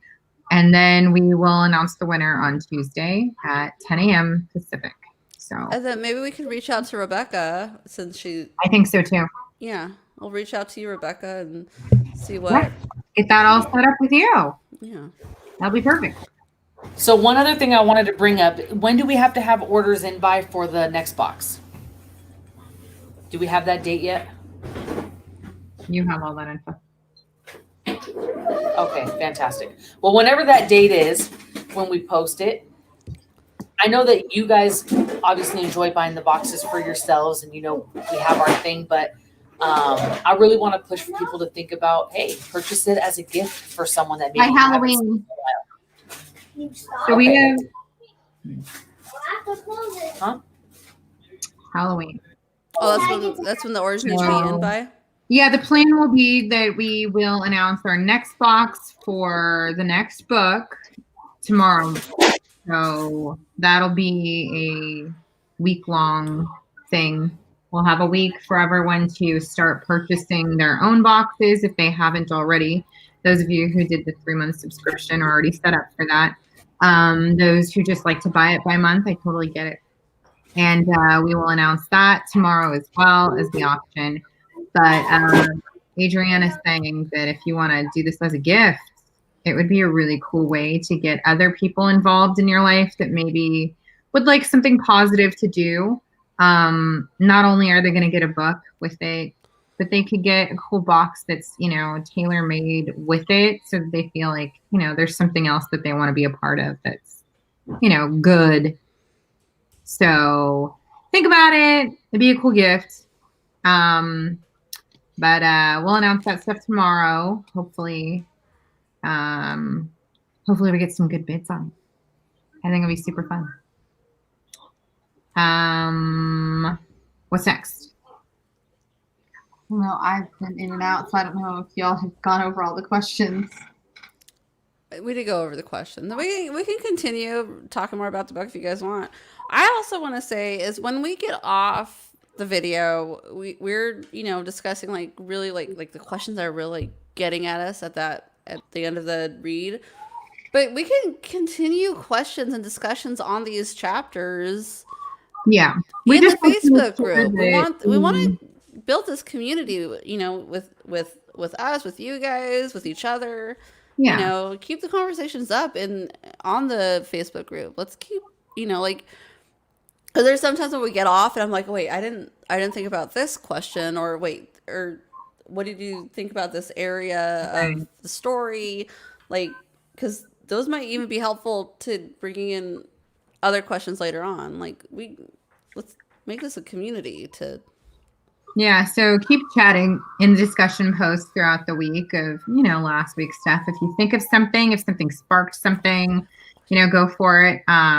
We do dedicate our first hour to the book specifically. The second hour is usually just shooting the breeze or catching up with each other, talking about things that you guys may want to discuss or would like to get some, other perspectives on. So like when we talk about the keto bread? Like when we interrupt everything to talk about grilled cheese. So. Food is important. Everyone likes to eat. Yeah. Keto or not. We still like I'm to eat. Kidding. I'm just kidding. Sorry, guys.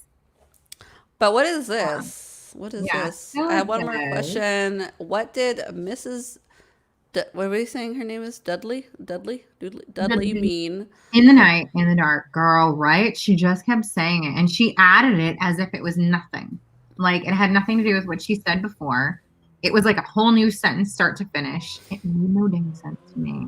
I can tell you that. I think it was specific to while it is dark outside, she's not coming near the house because the house is going to be freaky as hell. She was very specific. In the night, in the dark. Oh, it's a warning.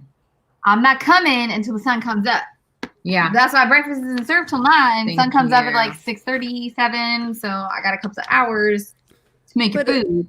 But like Riley said, it is like a script because she said the same exact thing, right, to Eleanor and to Theodora.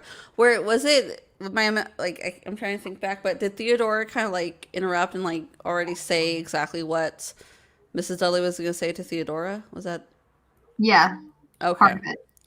Yeah. She was like, yeah, it's the warning. This crazy lady, silly. Yeah.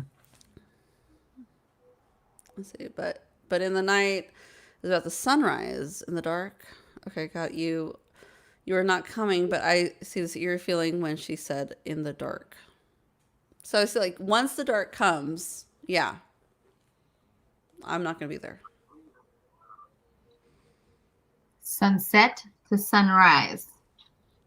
Mm-hmm. Well, not even sunrise. She says 9 a.m. I ain't gonna be here until you get fed breakfast at 9. Like 9 is kind of a late breakfast, I think, for like. Well, no, she would then need to come before then to make breakfast. Yeah. So I think sun rising. Oh, Darkness, it's sunrise. exactly. There's light. I'm gonna come make breakfast, and it should be ready by 9. Right. Okay. Something I thought was really. I guess I could like throw some topics later, unless you guys want to keep just chatting about this quickly. It says that Eleanor moves silently in the house, almost as if she doesn't want the house to feel or hear her there. I liked that. No, even more so where then she thought something negative about the house and wishes she could have taken that thought back. Like as if the house can hear her thoughts. Well, there's even where she felt like, hold on. Yes, that. Sherry. We're pretty sure that Hi, movie is specific to this book. I think it's the closest one. Yeah. Of all of them. You're right. Good But point. isn't there more people in the movie? Like way more people. Is that's the one with what's her Zeta. name? Catherine Zeta-Jones, right, Sherry? Yeah. Right, Sherry? Remember, she's just a little bit behind, so it's gonna take a second for her to be like, No, yeah. I know. I'm giving her time. Wasn't there a part where I read where she like felt like she was like there's this dang it. I wish I wrote notes. I'm gonna do that Yes. next time. Thank you, Sherry.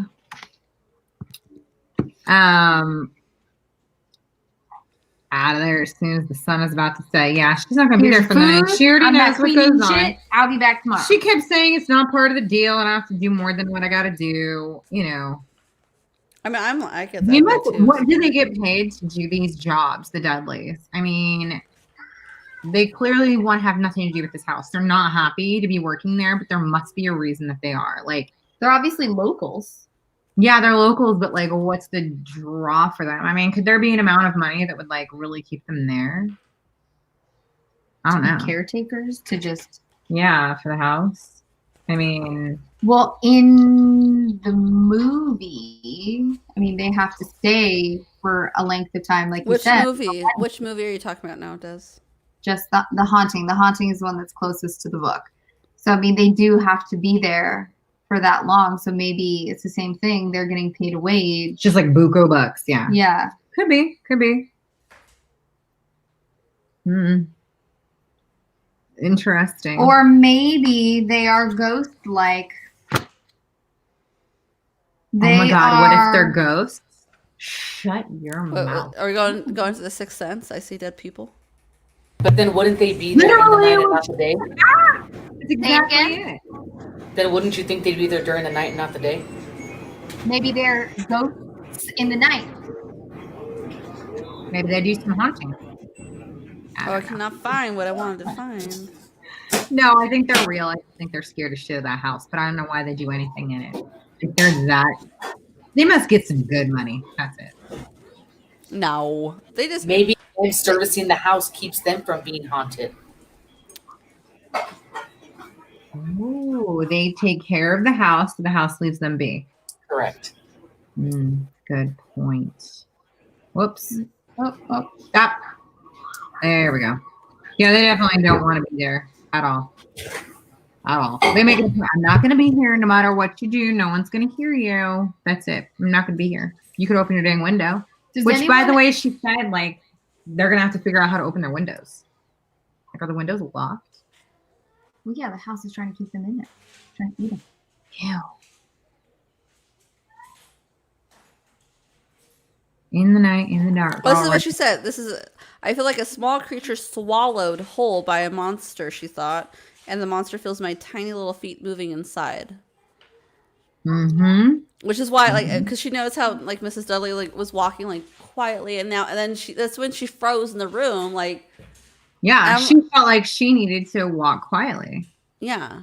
And place things quietly, and yeah. So when she said that, like her, like, so she needs to like really watch how she walks because she's in this.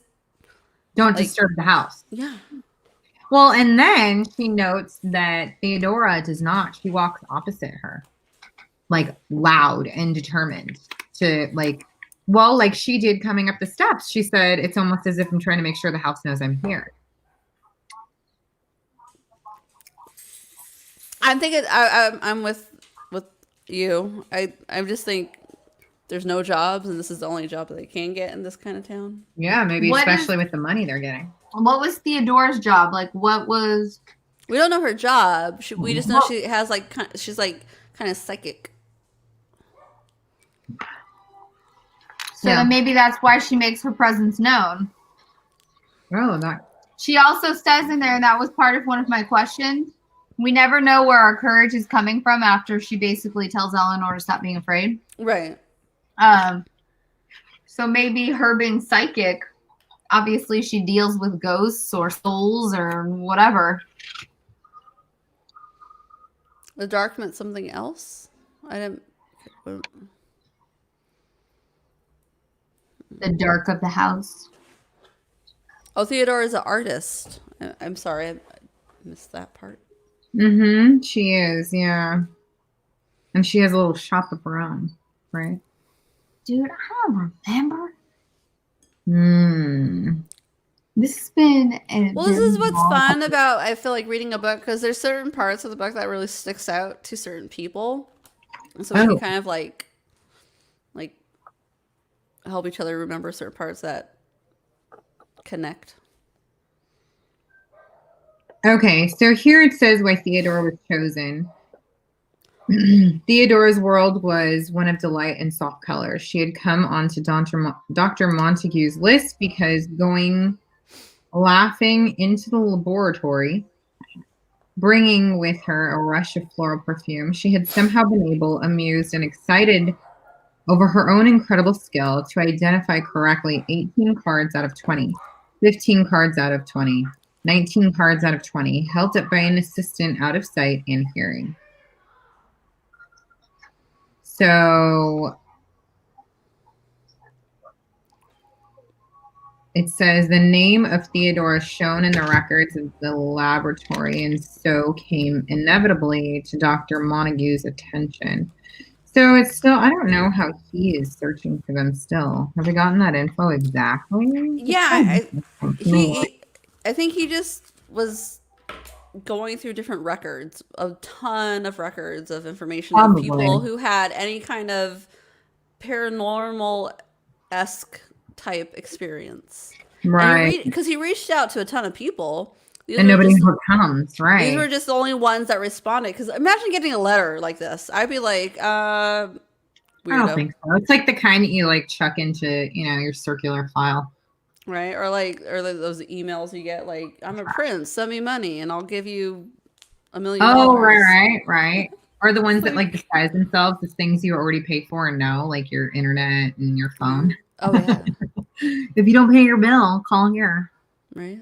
My dad calls me all the time, like, oh, what do I do? I was like, Dad, no, it's fine. Do nothing. Do nothing. I'll let you know if you need to do something. Yeah. Yeah, she signs her name just Theo. That's it. That's all she ever signs it as. It's interesting, too. I was like, why? And she never corrected Eleanor, right? When she called her Theodora. Okay, cool. Even though she always calls herself Theo. No, she didn't correct her. Interesting. Well. All right, y'all. So that was an interesting 2 chapters. I wasn't sure how we were going to do that one, but that was good. Did anybody actually listen to the YouTube British guy reading it? Sure, he had to because her book didn't come in time. I don't know how she felt about it, though. I read the first chapter like that. It was a lot of fun to listen to a British man reading to me. I got distracted when I tried to listen.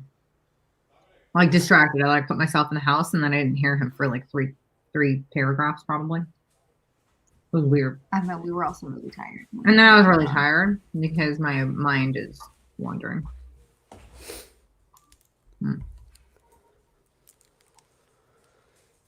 Nope. It was fun to listen to. There was like a little music in the background. What was that? What? For the audio book that was on YouTube.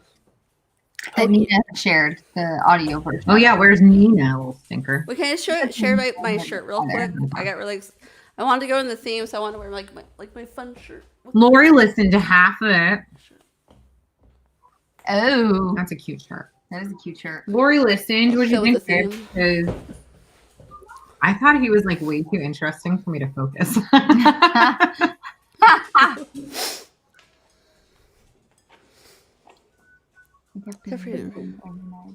No. So did you just like read today? No, it's going to give me nightmares. We all had to catch up today. The first chapter, if you listen to it, even if you're reading it, but it's not scary. I know Nina thought so. The second chapter I didn't listen to with him reading it.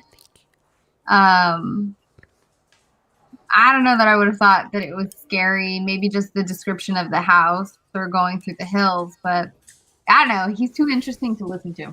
Well, I'll say like when we were reading Tasha's first book before we went crazy with this. The first chapter was just very descriptive. Like, let's get to know everybody. You know. Oh my gosh, that first chapter. We were reading Discovery of Witches when we all started, and ladies, I felt so bad, like forcing my girls to all read this book in the first like 2 chapters. I was like, just get through it, okay? I was like, yeah, I was like, what did I get myself into? I can't do this. Ugh. It wasn't bad. It wasn't bad. It was just kind of, it's just a lot of information, a lot of facts. Yeah, I just felt bad that I was making us all read this. And then we got through it, and it was so good. Well, that I didn't feel bad anymore. But. Well, which in the end, it was really good because you could really connect to the characters a lot better. Yeah. And understand why they're doing this, and so yeah, this isn't scary. We're kind of just getting a little tidbits, a little like information, so we can get a better idea, imagination of these people as they're making these choices and saying these things, and have a small background behind it. So yeah, it's not going to be scary, but you know, there's a little eeriness to it, like the little old lady. Back to the little old lady. Right, there's always some old little witch in every story. Lori, I did the same thing. I was sewing while I was listening to the first chapter. Yeah, I kind of built it up in my head to be a little scarier in the beginning, but honestly, what if it like gets that much worse, and that's why it's like so light in the beginning? Listen, can you tell them female or actually says or does? I only listened to the first chapter. Well, so it was a little bit confusing when she's going over the part where her run-in with the lady. I was completely confused at that point. I was like, what the hell just happened? Oh, because you can't see the quotes. Right. And so he kind of tries to do like he lightens his voice. A lady voice. No, he lightens it just to show that there's like a difference between like him reading, like narrating, and then like there's a conversation between women. He just like lightens his like his speech, but it's not enough to where you're like, oh, okay, I got it. I feel like there was more information in the second chapter that I don't know how it would have sounded. It would have been interesting to describing listen. Everything might have been better. Well, as far as can you tell the difference with what he's saying? Oh, I don't know. Yeah, that's what I mean. Describing everything might have been easier to tell. Like he was just describing like her imagination versus what she was seeing. That might have been easier. I don't know. I thought it was confusing too the way it was written. I feel like because it's so condensed. The writing, I feel like with the way they describe and stuff. I think that's what.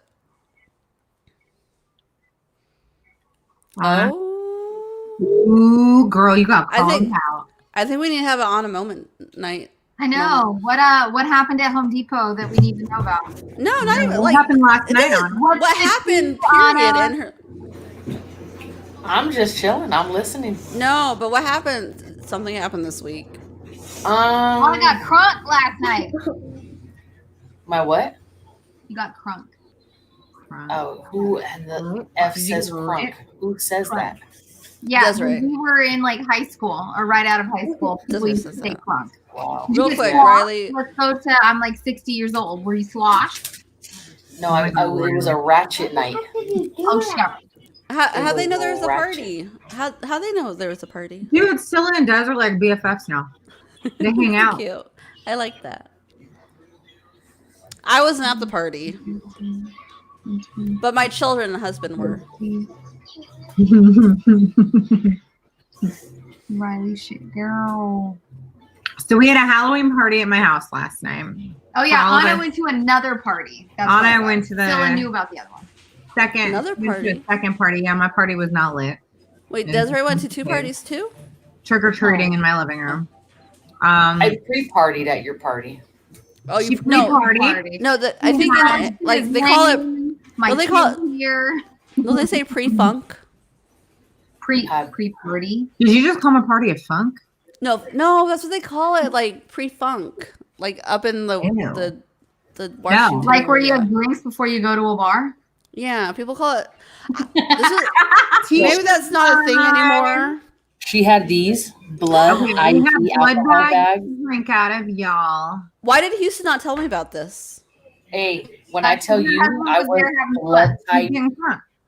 I was blood type V when I left Tasha's house because it was straight vodka and whatever the hell else was in there. That's what she I thinks. think- It's actually more whiskey than vodka. Okay, I told It's like a witch. CJ, I think you just put red food coloring. because there was Amazon. no mixer with that. We got those on Amazon. Just look up blood bags, like cocktail blood bags or whatever. It was hilarious. They were super fun. I made a fun witch's blood cocktail to go in it, and it was so boozy that when you squeezed it and the air came out, it was like, woo! But then when you tasted it, it wasn't that boozy unless you're not used to drinking anything ever. So we're doing an adult pinata for Halloween, and I want alcohol blow bags. Girl, yes! You need to get them. There you go. Oh, no, Order those them things now. bust open. Okay, no, like don't knock them. No, that's not what she's saying. She's not gonna put blood bags inside of it. Oh, Right? okay. Right? Stella? So are you gonna put the blood bags in the pinata? No. She wants to do an adult pinata, Exactly. and she wants alcohol blood bags. Yeah, Not in. The word and. Very important when reading the and in and is and are and all that stuff. Listen, my brain is like half here right now. I'm half being a mom. He's over here in the corner. I'm like not all here. Ignore y'all. him. He's doing just fine. I cannot. I can hear him. He's not making a sound. It's his iPad. And it'll be a Carrie moment. So can I say a story? Yeah. Alcohol, So- waterfall. Carrie moment. My mom had a Carrie moment.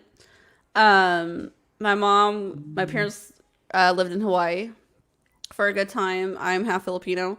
My mom had a friend, and the friend asked her to get something out of a cabinet. And so my mom went to go grab something. And then a jar fell on the fridge, cracked open, and splattered onto her friend.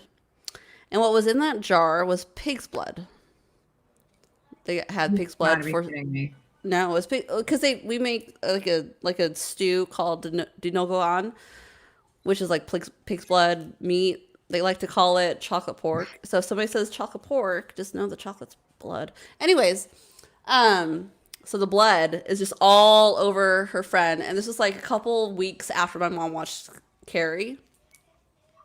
Freaked out. My mom told me the story after I watched Carrie, and I don't know. The story just, I wasn't a part of it, obviously, but the story just really always stuck with me. I loved Carrie. I thought it was such a good. Oh, But could you imagine, like, just like your friend being covered and the old and the remake. Good. It's good. I love freaky stuff, but we used to do for Valentine's Day every year. We used to go see a new horror movie. That was like it for probably over a decade. Every year, I swear, a new horror film always comes out around Valentine's Day. CJ and I always saw it. Always. yeah, We've Houston's not gone in a not, while, and then obviously not this year. Houston's not about the scary movies. Well, I bet Sean isn't either. Yeah, Houston's just too logical. He can't watch the Great Pumpkin, Charlie Brown. Anna. Your face right now. Are you even listening? Tell me you're not watching like the Hallmark Channel. I'm staring at you. Wait, so Sean doesn't watch the scary movies? No, Anna? he's afraid. So you watch it, and obviously your little one is She's a creeper. living it. Yeah. Oh, let me show you guys this. So I tell you stories about Presley and how she is Oh, this is so in good. love with all So many things people like creepy and scary. So a friend from work came with me to do some shopping the other day, and we decided to go to the Halloween spirit store to try to find her a costume. And I don't think she really believed me when I told her how Presley was. Well, we walk in, and this is the first animation thing you see. Presley freaked out in excitement, and I knew you meant excitement. and made me, hold on, because this thing's freaking backwards. See if it zooms in on it.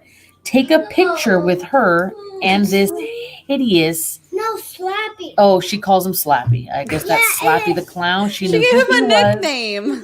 Yeah. It's Is because I the saw dumb- that one. Can you see the face? It's because I saw a guy went to that store and he knew his name. And then she saw she the was Nightcrawler, knew who that was, ran up. She's hitting all the little thing on the floor to make all of them move and talk. And she's cracking up like she's at Disneyland. I'm like, who's this kid? It's because I saw a video.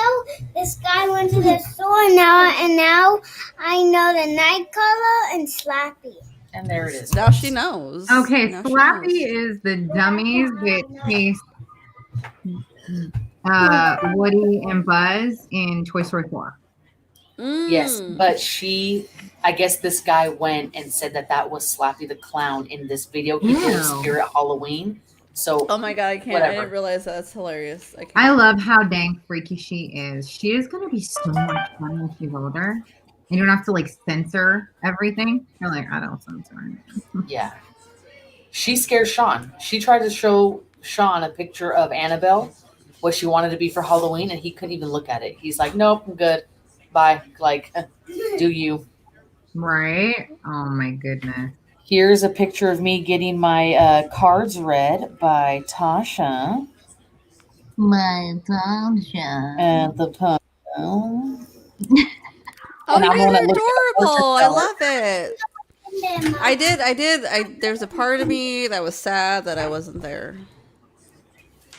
Right? A part of you. But you had, All I'm parts of sure, you. a nice weekend of your own. No, I did.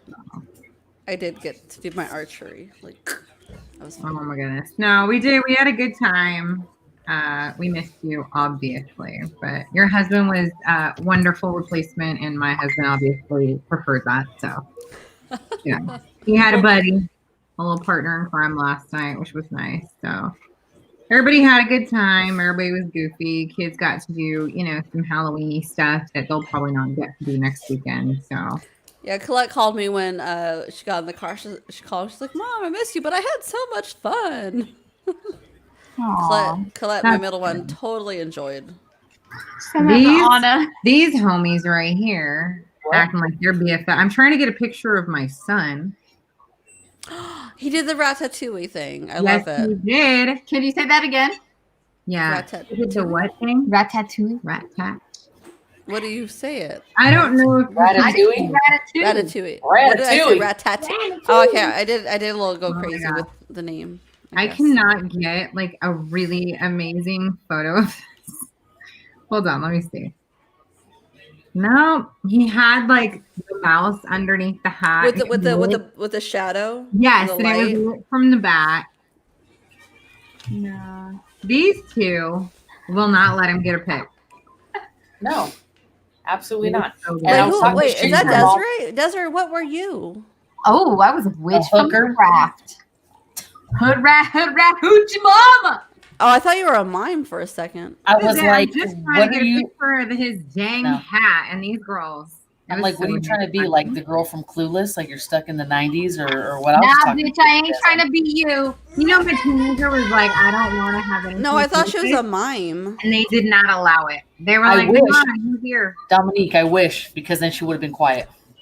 She would have been quiet. Bob. Oh, who just sent me a picture? Oh, there we go, Houston. So my kids, I didn't get to really finish their costumes. I'm sorry if they came out a little wonky donkey. There's Dominique's husband. He was our general for the evening. Our sheriff.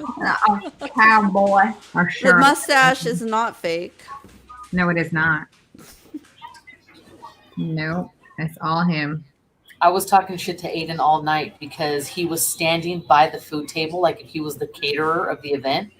Oh, And I'm like, you know what? I don't appreciate the attitude from your hired help here, and I'm a Yelper, and you will be getting a negative review.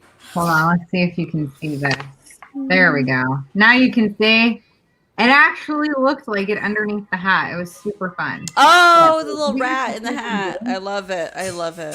What did we do? Just putting it together. No. Look, y'all bringing people together, one scary ass book at a time. Yes. Oh my goodness. Oh, here we go. Right? Yeah, we'll just make up stuff and Yeah, we need to be together like those two Later, girls. later, That's you tell me right. that we're fake friends. Play love songs in the background or some That's shit. together in something we can't get out of now that we've made a commitment. Y'all can get on like Facebook and y'all can do that watch party and go and listen to it together on the YouTube one that we shared with the group. We should all go to a haunted house together. Oh, so I was reading a little bit. It's just going to be a video of Adriana making everybody piss their pants. That's it. Why me? Wait. Because What's you're this? funny as What? shit. What's the big news? You guys, oh. Okay, wait a second. Monica, what's the big news, girl? We're waiting. What's the tea? I know. It's 7:40. Should we have an invite? What's the tea? Pinky's Yeah. up. Pinky's up. Oh, like pull her up? Oh, yeah. Grandma. Is this your daughter in is it North Carolina or South Carolina? Or is it your daughter here? So That's so exciting. cute. Congratulations. That's big news, girl. You should just started with that. FLR stories. That's great. Congratulations. That's beautiful. That's super exciting. That is so exciting. I have some big news as well. New babies. You're pregnant too? I am not pregnant.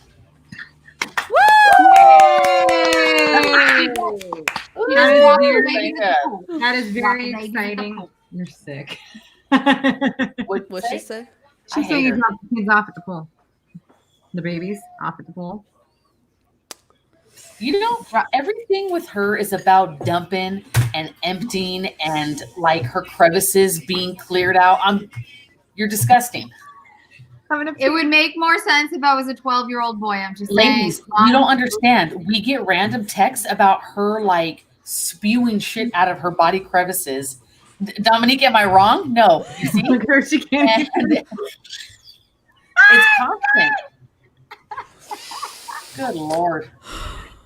Right? Yay. Oh man. I don't have to change for you. Take me as I am. You sure the hell don't. And I also do not have to be a part of that routine. Okay. Oh, wait. Wait, What is this?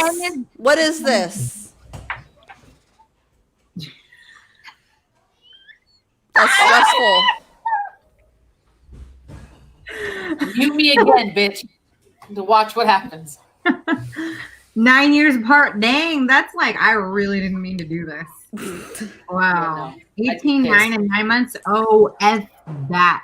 See, No. I have an 18-year-old too, and he's almost 19. I don't know that starting over right now would be my dream. So. Yeah, no, my oldest just turned 18 last month, and you can believe right now that there are going to be no more because we were crazy enough to restart when he was 12. Well, not according to There's the Leo. kid right now. Saying no. Literally, our son, I don't know if it was yesterday or the day before, our 5-year-old was like, Mom, I just have this feeling that there's going to be a new baby here soon. And I'm like, no. Is he predicting his future? Thank you. And then he was like, I always wanted a baby brother. And I'm like, well, that's Monica's new grandson, not ours. Right? There we go. He predicted it. Look at that little psychic. Like Whatever. when Desi was little, we were driving in the car, and randomly he was like, Mom, when am I going to have my baby sister? And I was I like, remember that. You said that at Talk Yeah. Power. and I was like, what? And then it was maybe a few months later that I ended up getting pregnant, and it was with Preston.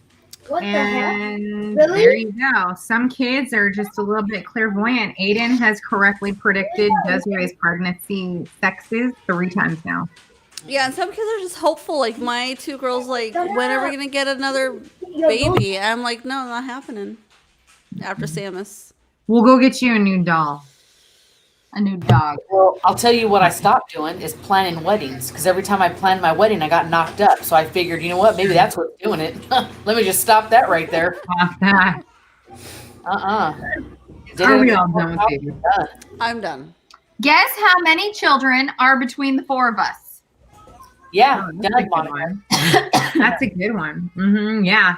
I wish So I could go back total. and be done before I had them.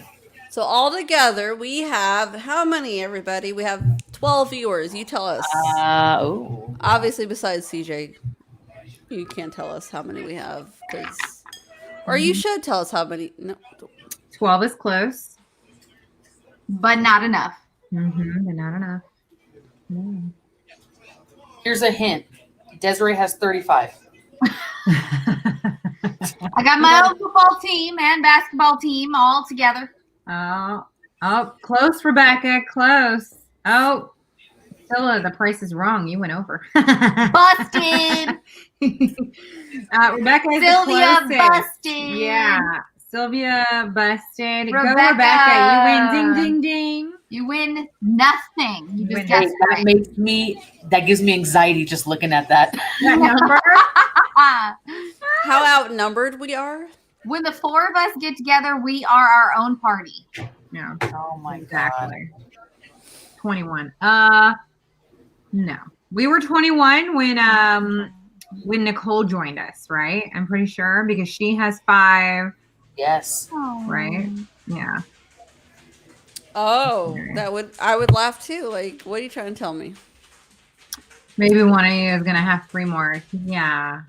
Yeah. Once we hit grandparent status, maybe. I don't know. You'll We've be there got 2 before anybody 18-year-olds, so. My 18-year-old is stuck in quarantine at home still, so you're 19-year-old. You're 18-year-old. No. Yes, it Tie is. them boots. No, yeah. No. My hubby. You got my plate, Daddy? Done. Yeah, well, if you get pregnant then. Well, What? he's about to rip it out. Yeah, What'd you say? I said so if you get What pregnant, are? Oh, Yeah. Well, won't be his. you'll be going back to the doctor saying, did you actually do the job? hey, no, what? Or It's he gonna just- be a Handmaid's Tale setup. Yo, Listen, no, Dr. I had a Garcia. friend. No, I did have a friend. Listen, I had a friend where she knew somebody where the husband had a vasectomy. She had her things tied up or whatever, and they still got pregnant. Oh, negative. No. Where there's a will, there's a way. And I still said on that baby there, was and meant they to have be. one Like, job if to it- find the egg. See, I'm all about like Houston. You get cut. I'll do what and if a baby comes, it's meant to be. Riley, I could have all the babies, but I'm still done. Actually, my daughter solidified that one for me. It doesn't matter how old I get. But we Monica, adopted, but same. having a girl changed everything. She's enough. Monica, same. But 4 years and going, still we were good. So Oh, Stella. Wow, that's one way to go. Oh my goodness. no, I'm tired of just reading that sentence. Yeah, you know what? I There's a did lot not- of infertility in our group. Go girls, we are all one. I'm just saying. Man. Nice to I just find couldn't a group of imagine. women. Even at my age now, having a baby, I would be exhausted. Right. Well, see, I think Yeah. at our age, having kids, we're exhausted because our kids exhaust us. But if we haven't had kids, we have all the energy. Yeah, Well, possibly. look, so there's a friend of mine. Her best friend is 45. Her kids are grown. She's got 3 kids, 2 daughters and a son. They're all 21, 25. I think 18 is the youngest. And then she met this young kid and got pregnant and Oh, now yeah. has, Got now that has a 3-year-old. This poor woman is exhausted. And I'm like, dude, I couldn't imagine. Like, you're in your your mid 40s, your kids are grown and done. Now it's kind of that chapter of your life where you can go out and do what you want to do and travel to, and now you're starting all over again and having to run around a toddler and oh no, I couldn't do it. Like, the energy levels just would not be there. I'm there with you. I couldn't do it, but there are some people that's what they're like called to do and they love to do. Yeah. And Hey, Green God bless boy them. in The Handmaid's Tale. Didn't matter how old they got, they still wanted it. I'm just saying. God bless them. Right? No, you know what? I think that if you haven't had a kid yet, you want to True. take all the good and the bad that comes. You want the energy drops and you want the bad days and you want all those things because it's something that so many other people get to experience that they call kind of a downside, but you don't get to. So it doesn't really matter. No, I And get we're- that. I'm saying if like us, like you already had your kids grown. Oh well, yeah. Well, and that's you're the difference starting because over. Yeah. our kids have already No, it's taken our life, our energy away. That's why I Yes. said there's a difference when you're older and then start. It's like I think like, oh, I'm like this old and then having a kid, but I'm this old with kids. Yeah. Yeah. That's the difference that I never thought of before. Yeah, well, shout out to all my ladies out here. We got Scylla, we got Riley, we've got Rebecca. All of you guys are with me, right? Well, so my mom had my brother and I. She was in her early 20s. I think she was 22 when she had me, so she was like, Young. no, she was 20 when she had my brother, so, and then 22 with me. We're like just under 3 years apart. And then my sister's 14 years younger than me. They always called her the surprise baby. And my mom, it was just like, she's always talked about it being a whole different pregnancy, which it was. Like, my sister pretty much grew up like an only child. Yeah. Well, Like, see, so my I did not. husband, same thing. Yeah, My and I husband, didn't have him and any his sister. Go ahead. Okay. Oh yeah, they're like ages apart for Sean. Yeah, so him and his sister grew up 3 years apart, like me and my sisters, and then all of a sudden, my mother-in-law got pregnant with my brother-in-law, and they're, I think 10 years apart. So same thing. By the time Matt was growing up and kind of becoming, a young kid and getting into like, junior high, whatever, Sean was out of the house. Christina was out of the house. Christina and Matt were a little bit closer, but he definitely grew up like an only child, and you can see it kind of in their relationship too. It's just very different than when you grow up with a sibling that, you're close with an age, doing things together as you're getting older. It's very, he's almost like another parent figure for his brother. You know what I mean? Yeah. And it was a difficult thing for my sister and I think. Like, my brother and I had obviously a relationship and a lot of history and fun things to look back on. My sister and I actually had a hard time these past 6 years. We actually weren't talking. We just started really reconnecting a few months ago. And we had a good 6 years of just estranged. Like, she viewed me as being hurtful to her, but my viewpoint was me trying to help and raise her because I was older. But I guess she saw me more as a sister, and that I wasn't acting like that, and was hurtful by that. But since she was so little, I felt like I had to protect her. So I was coming at it as like more maternal, which obviously she had a mom, but she looked at me like I was. She just wanted a fun sister. Yeah. Yeah, and I was trying to be fun, but also I was, getting married and starting my family. So it was a difficult, weird time, but I'm really grateful now that we're finally reconnecting with each other. Yeah. Wow, Lori. Yeah. Wild. That's a lot to go through. And I definitely would. Oh my goodness. Yeah, I definitely would not continue to do that if it took that much. But that is. See, I'm Rh negative, so I'm a B negative blood type. So when I get pregnant, my body wants to fight it like it's an infection, right? Right. So I have to get a shot right away from the doctor, and then if I ever spot, which with Desi, luckily I never had issues. With Presley, I did start bleeding. I was 6 weeks. I had to go to the emergency room. They had to give me another round of the shot. And then they had to do an ultrasound to make sure that everything was okay, which it was.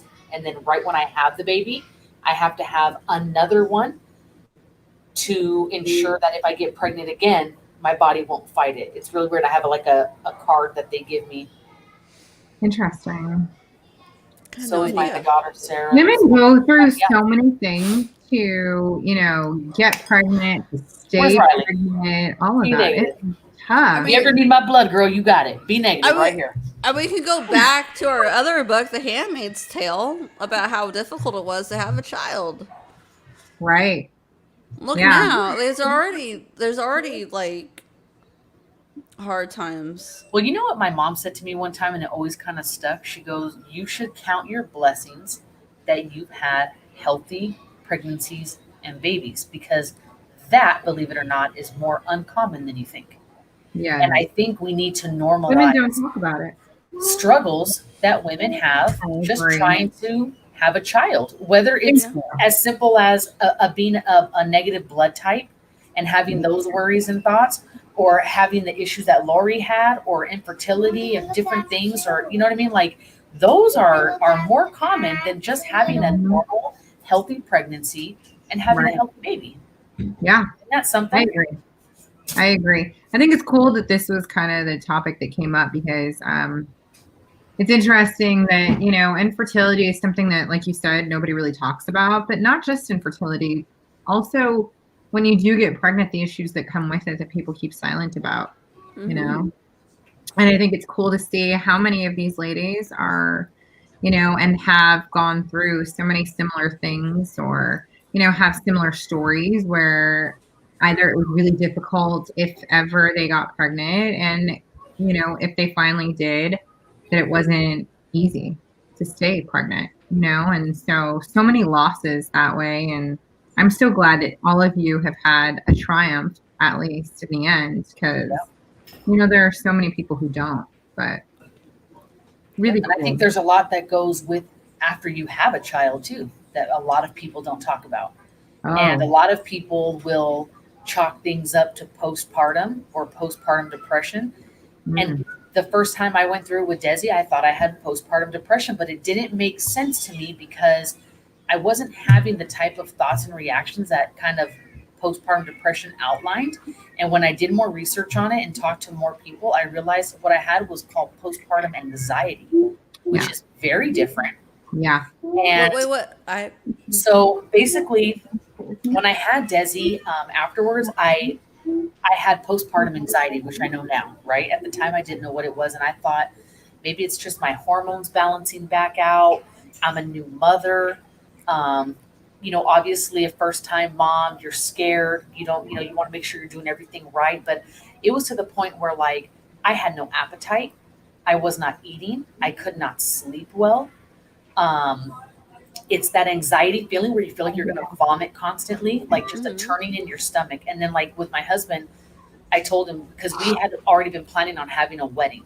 And I was like, I can't wait because I'm afraid something's going to happen to you. What if you get in a car accident, you die at work, or something happens and I'm not even your wife? We have a kid together. So that's That's when we went to the anxiety. courthouse. Yeah, that's when we went to the courthouse and we just made it official to be married. And we said, okay, we'll plan to do our wedding at another time. Um, and it took me a good maybe month and a half, almost 2 months, to really start to feel like myself again. I would call up women I knew that were moms and just be like, why do I feel like this? Because in my head, I'm like, this makes no sense. You're good. You're I okay. never heard of postpartum Yes. anxiety, and honestly, now I think back, and I think I had that because I had a lot of issues where I would have a lot of fights with Houston because I would have all these thoughts, and I would look up and like postpartum depression. I'm like, I don't fit into that, Yes. but I had a lot of. Well, I have a lot Postpartum of depression anxiety. and anxiety is No. what Monica here went through, and it took Yeah. 2 years to get diagnosed. You know, it's something that I think that most people feel like they're alone in. And as someone who did not physically have any of her kids, I can tell you that I still had similar feelings. Well, and it's not about your anxiety body. and It's It's not. depression It's and not about the hormones. it's about I was your chalking it up to that. connection, like experience. with the Yeah. with the child. Right. So when I got pregnant with coming together. Presley, I was like, okay, I'm excited because now I'm not a first time mom. I still didn't know about postpartum anxiety, right? I thought everything I had been through was regular postpartum depression. So I get pregnant with Presley. I'm like, okay, like I'm not a first time mom. Like I got this. I'm not nervous. I just want to really enjoy her being a newborn. That shit all hit me again. And then it's like, I felt like people were looking at me like, what the hell's wrong with you? Like, You've you're already good. done this. And then in my head, I'm like, I know I'm okay. Everything is okay. she's fine. I got this. Why do I feel like, and it was like, why did I do this again? I'm having to start all over. Like, I just got Desi out of diapers. He's in school now. Like, now I'm having to worry about a carrier and a stroller and a babysitter. And it was all that shit again. And that's when I finally started talking more and doing more research. And that's where I found out about the postpartum anxiety, and it all made sense. Yeah. So those things aren't talked about, you know? And that's why I'm sure, like, when I talk to first-time moms, like, I let them know kind of what I've been through so that they know, like, hey, this is okay. And like Monica said, you feel like you're crazy because no one believes you. They don't understand. And then my doctor the first time wanted to put me on some pills. I took one pill. I felt like my blood drained from me, like I was a zombie. My mouth was dry. I said, but I flushed all of them down the toilet. Never again. I was like, no, I don't need that. Like, it needs to be something that you can talk about and understand. You know what I mean? This is an interesting topic that Stella is bringing up here. Not feeling like you have a right to your own feelings is a very hard thing that a lot of women go through. Like, this is what I wanted. I should be happy. It's not something you can control. No, and a lot of it is hormonal. Yeah, it is hormonal. And not only that, it may not be hormonal. You So still go here's through the hormonal.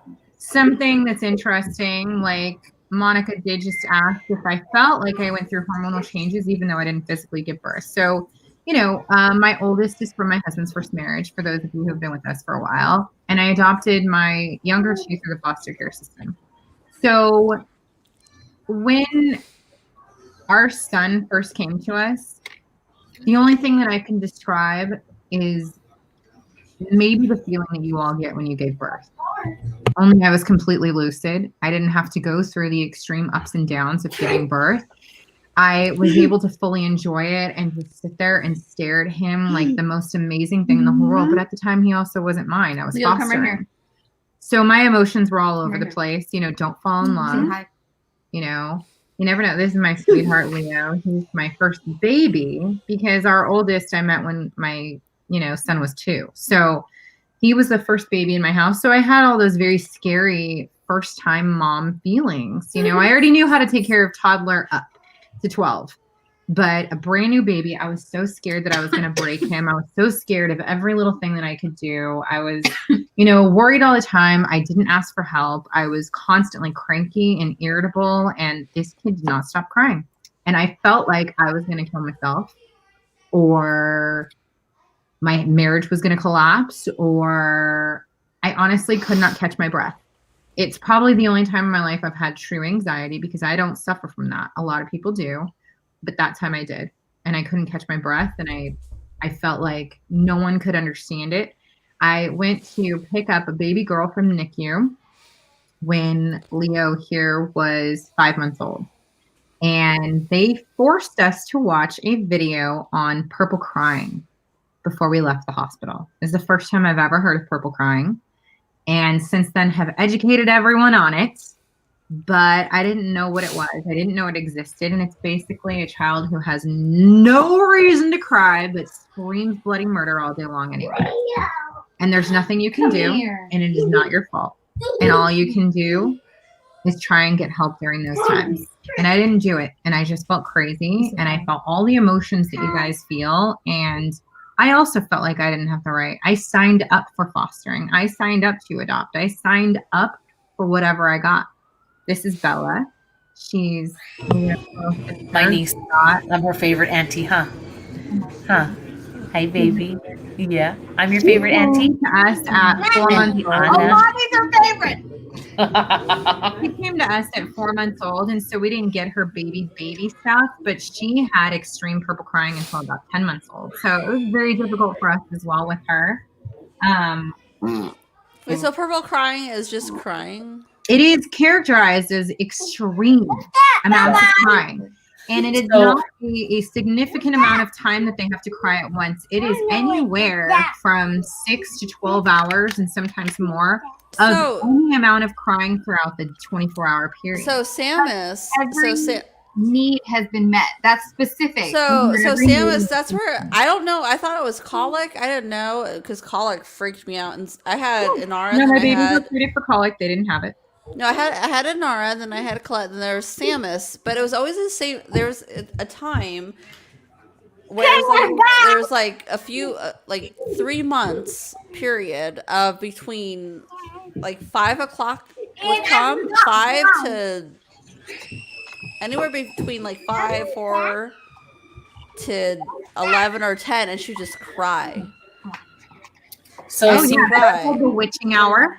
Presley did the same thing, and Tasha was with me a couple of times when we went out, and I thought like, okay, maybe we're going to be in public. She'll be stimulated. Uh-huh. Same thing, and I chalked it up to purple cry too. However, I found out with her, and this is a lot more common these days, and I don't know why. So I tell a lot of people that have newborn babies with these symptoms the same thing, and it ends up being exactly what Presley had. Which was what? There's a sphincter at the top of your esophagus, right? But a lot of babies, if they are not born with that sphincter fully closed, they get really bad acid reflux. Yeah. And it happens. How do I know? So It I never, happens in the evenings, right? Because it's after kind of like a day. but it stopped. No, But Right. how do I know if that was what she had? Well, hold on. So did she ever have issues with spitting up often? Mm-mm.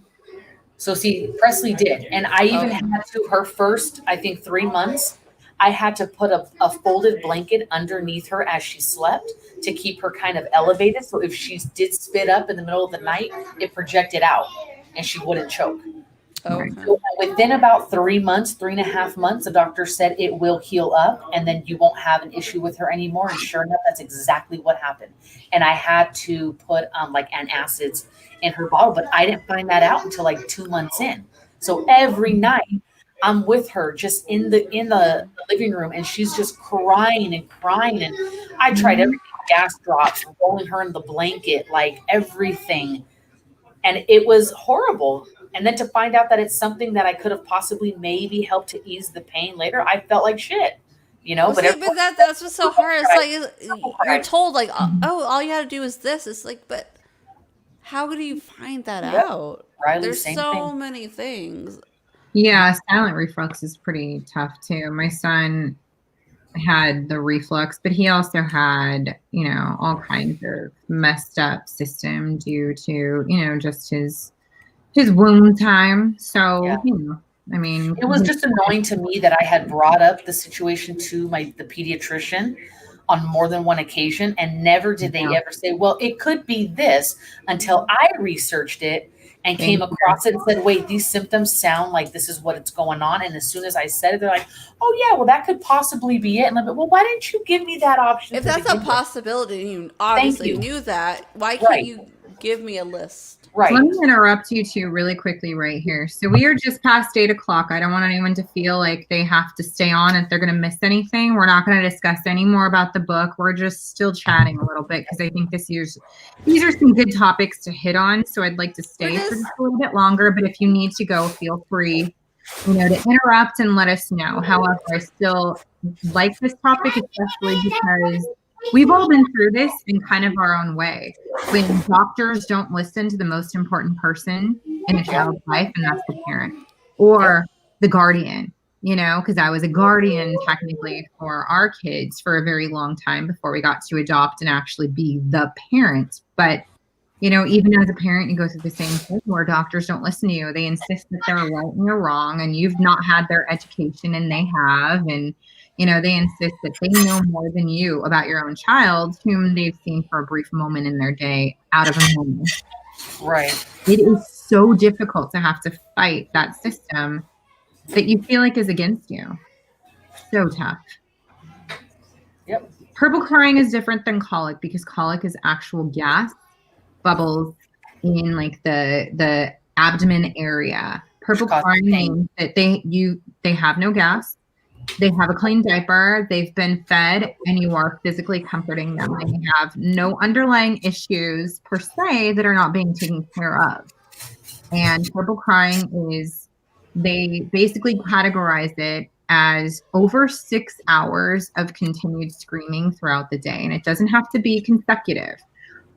Leo went something like 15 plus hours a day. Bella was just slightly less at maybe 13 hours a day of extreme screaming, bloody murder. The kind that's not like crying or whining.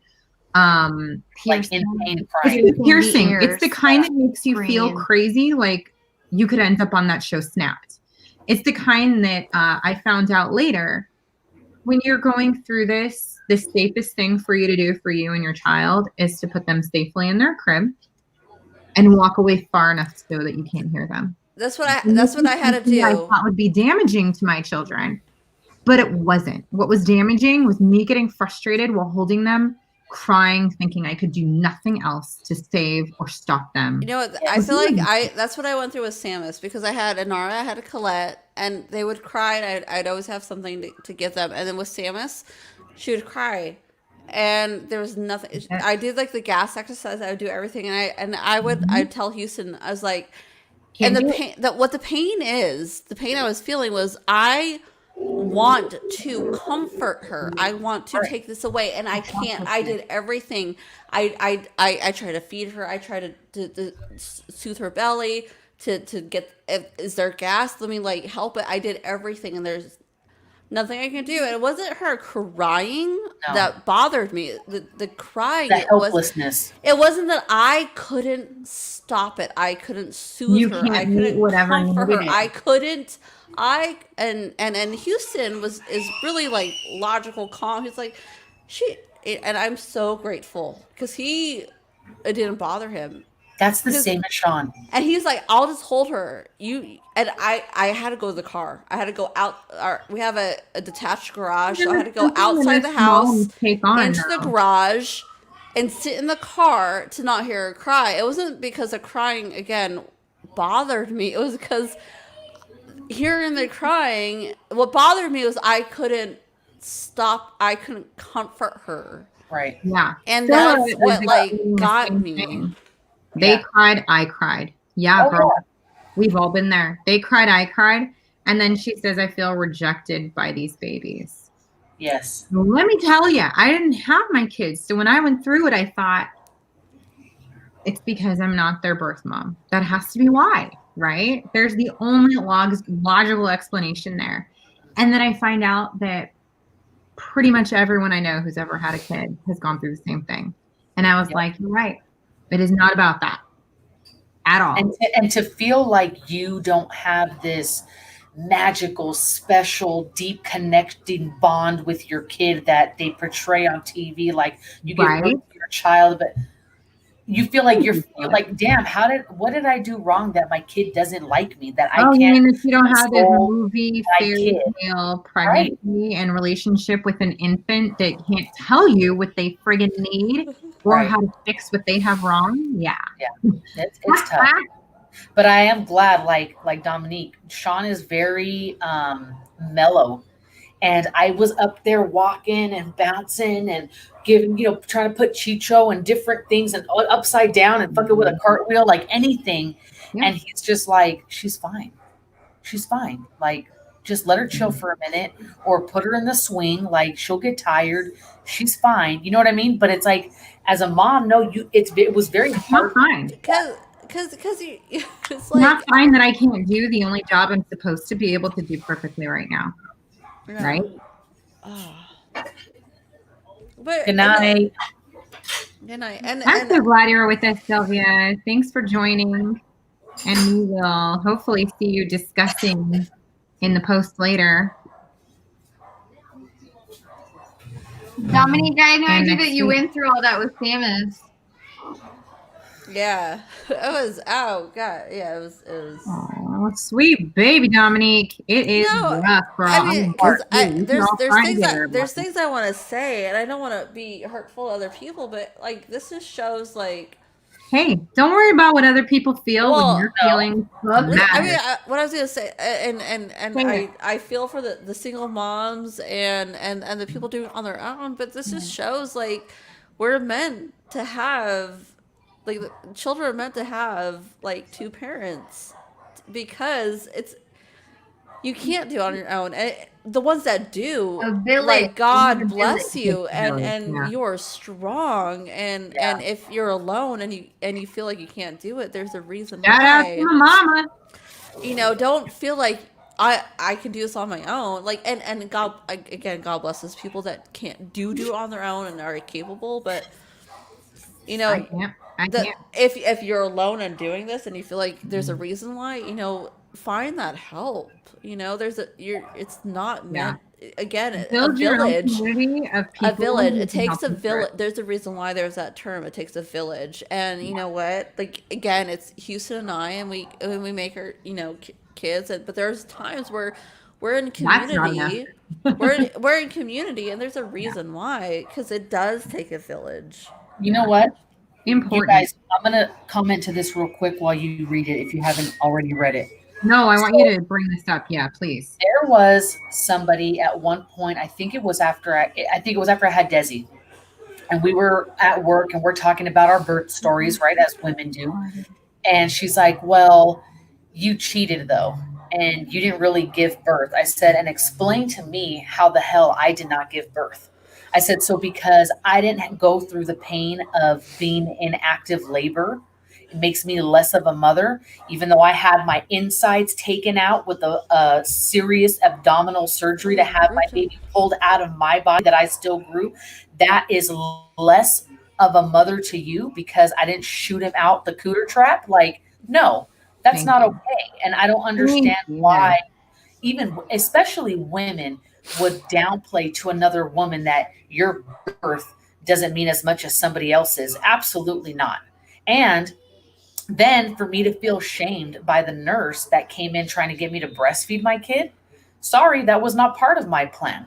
And for those of you that think that breast milk is the best, I'm sure it is, and that's great. I don't need my kids sucking on my titty to bond with them. That's just not for me. I'm not that type of woman. I knew that I was going to be going back to work. I didn't want to worry about having to pump and weed them off and doing all this. That was between me and my family and my husband what we decided. And Riley, just quickly, Riley also had 2 C-sections. Yeah, I had 2. Oh, girl. However you have your children come to your life is the best way that they can. That's it. No matter what. And I'm so glad you were here. And I know you got to run. And I just want to say thanks for joining us tonight, even though you weren't feeling well. Thank you. Yeah, We missed my you. first C-section was not a choice. They did an ultrasound. So my sister gave birth a day early. She was supposed to have my nephew on January 13th via C-section. It was her third. When I went to see her at the hospital, we had the same OB. He goes, "When are you due?" And I said, "I don't know. You told me like around the 20th, so I got another week." And he goes, "No, go downstairs. I'm going to send an order right now for you to get an ultrasound. I want to see the size of the baby in your cervix." So I go downstairs. They send the order down. I get all that done. I go back upstairs to the maternity ward. Good night, Ryan. And he tells me there's no way that baby's going to fit through your cervix. Your baby's already measuring 9 pounds. He goes, "Nurse, erase Claudia's name off for tomorrow. Add Adriana. I'll see you back tomorrow, 6 a.m. You're having your baby tomorrow." And that's how I got scheduled for Desi C-section. So with Presley, because I already had one, he said, "Well, you got one of 2 choices. You can risk it and try to have her vaginally, or you can just schedule your C-section and make it easy on yourself so that you're not stressing out towards the end." And luckily I did. And it was the right thing because that sumbitch was 9 pounds, 12 and a half ounces. She would have torn me from kingdom come. And with the C-section, he had to straddle me backwards to push as they pulled because she did not want to come out. She's like, "I'm in here with my mama and I'm good." It's like comfortable. It's warm. It's comfy. Oh my God. Little girl probably put her goddamn claws in and her teeth in. When she came out, it was a literal like, ugh, and I felt my whole abdomen drop. It was the craziest feeling. Oh my God, took my breath away. So let's talk about this breastfeeding thing that Anna brought up very quickly. Breastfeeding is absolutely incredible and amazing. And for those of you who can or want to do it, more power to you. Get the help. It is hard. But for those of you who don't, you're not doing something wrong. If you tried and you not at all. Try. And if you can't, you can't. And it's not your fault. Like, it's not my fault that my baby was crying. Like, some babies just, it's not you.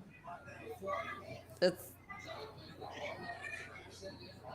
And that's why, again, it takes a village. It takes a village to comfort not just the baby, but to comfort ourselves, because it shouldn't be on ourselves. Anywho, I don't know what the hell that's about, but yeah. So Right? and I never felt guilty about my choice at any point. It's what felt right to me. I gave my babies was it the coloscopy or whatever colostomy in the beginning, and that was it. Right.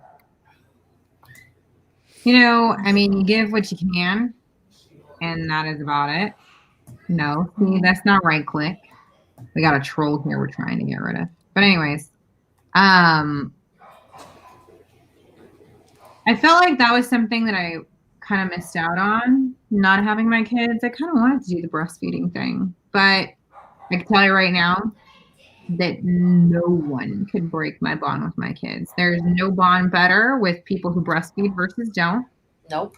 I have these most amazing, incredible, smart, funny kids who are incredibly kind and loving and very energetic and crazy and drive me nuts. So it doesn't matter. Have your kids, don't have your kids.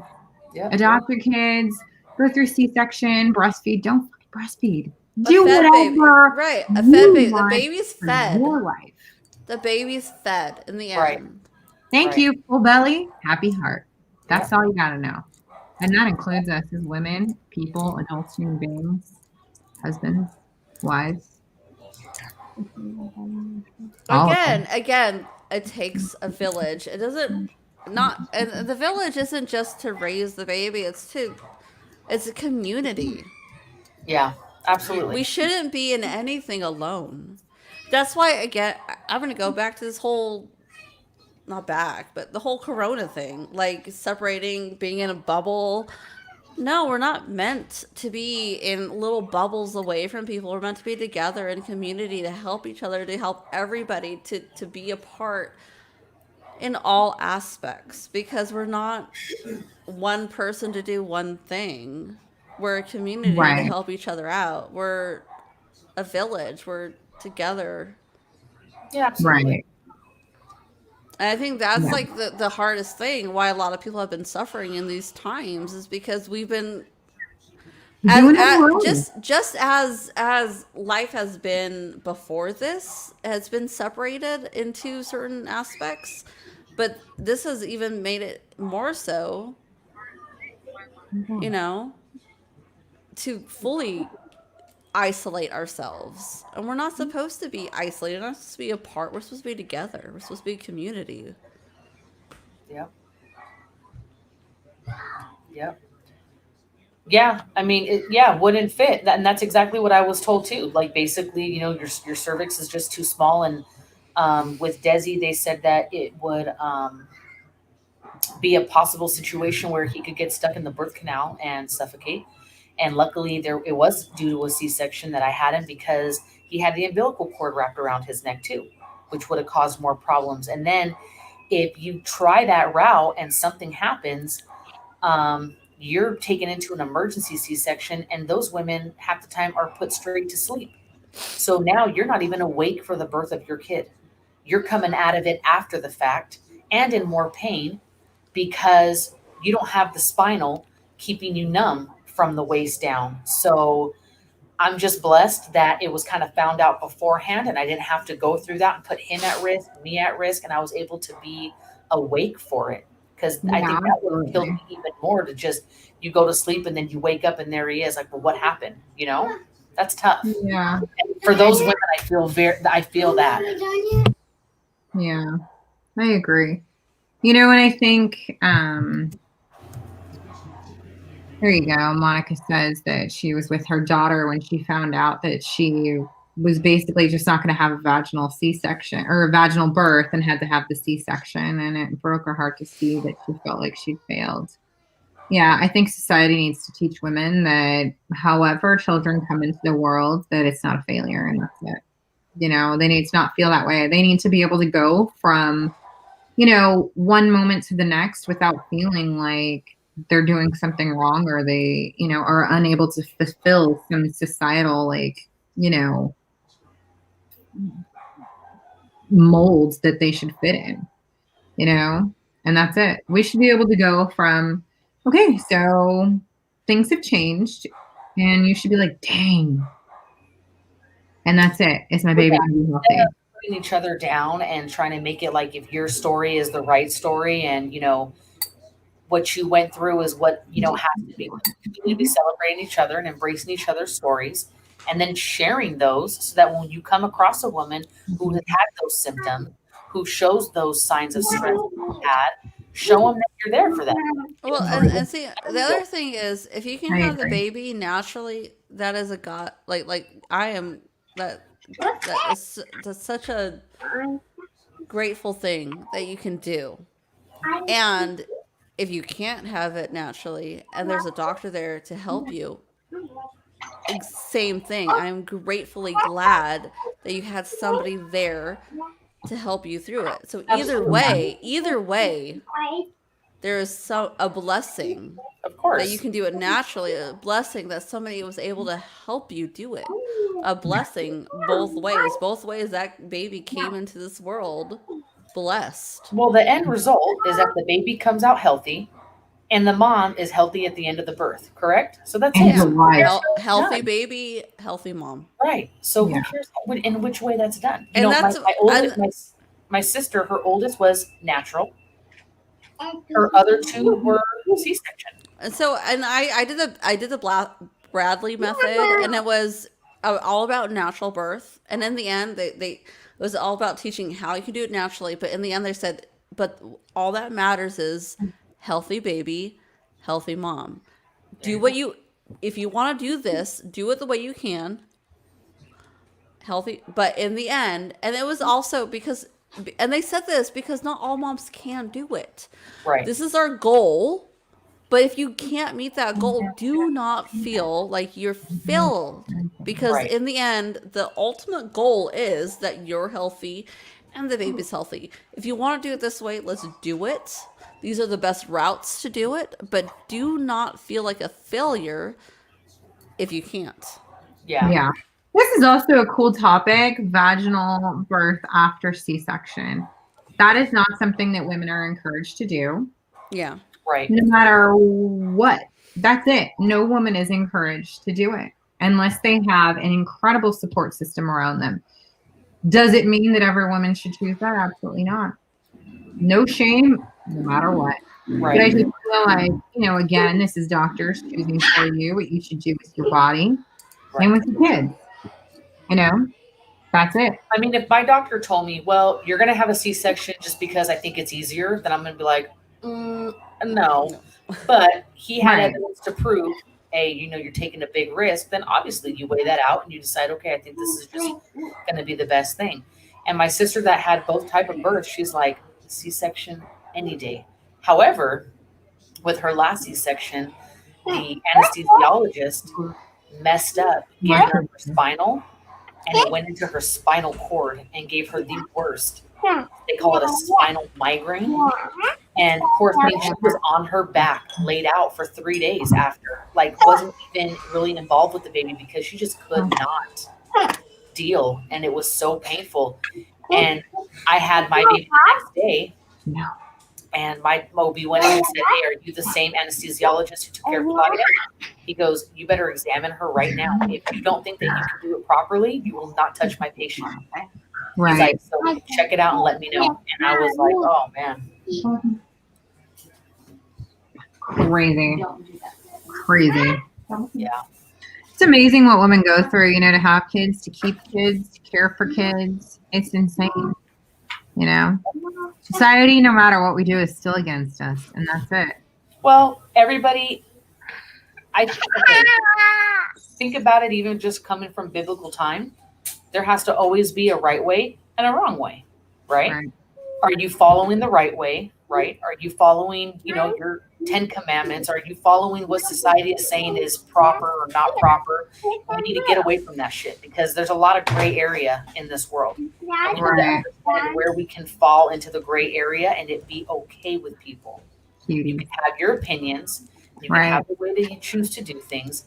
But in this instant, there is no black and there is no white that you have to choose sides. That's the shit. Stop. Yeah, I agree. And also, Scylla here says she wished she could have done a water birth. My sister got to do that, and I got to watch it, and that was one of the coolest things I've ever seen. I wish I could have, but I still would not trade what I've got for what she went through. That's it. You know, I still wouldn't, no matter what. At the end of the day, what I have is the end result, and how it comes to be. Yeah. Oh, not as and important. talk about that. Yeah. Remember when you got Leo and you were kind of disappointed because you wanted your little girl so bad? Yeah, I mean, What as did a I tell foster parent, they ask you, you know, if you have preferences. Obviously, the only preference we had was we wanted to have a girl in the house. So we said, girls, give us a call for a baby girl, whatever. And our first call was for a boy, and it was over a 3-day weekend. And they said, hey, look, he has nowhere to go. He's going to go to what they call the Welcome Center, which is not a welcome center, but basically like a kind of children's home, but it's just an overnight thing. They don't really stay.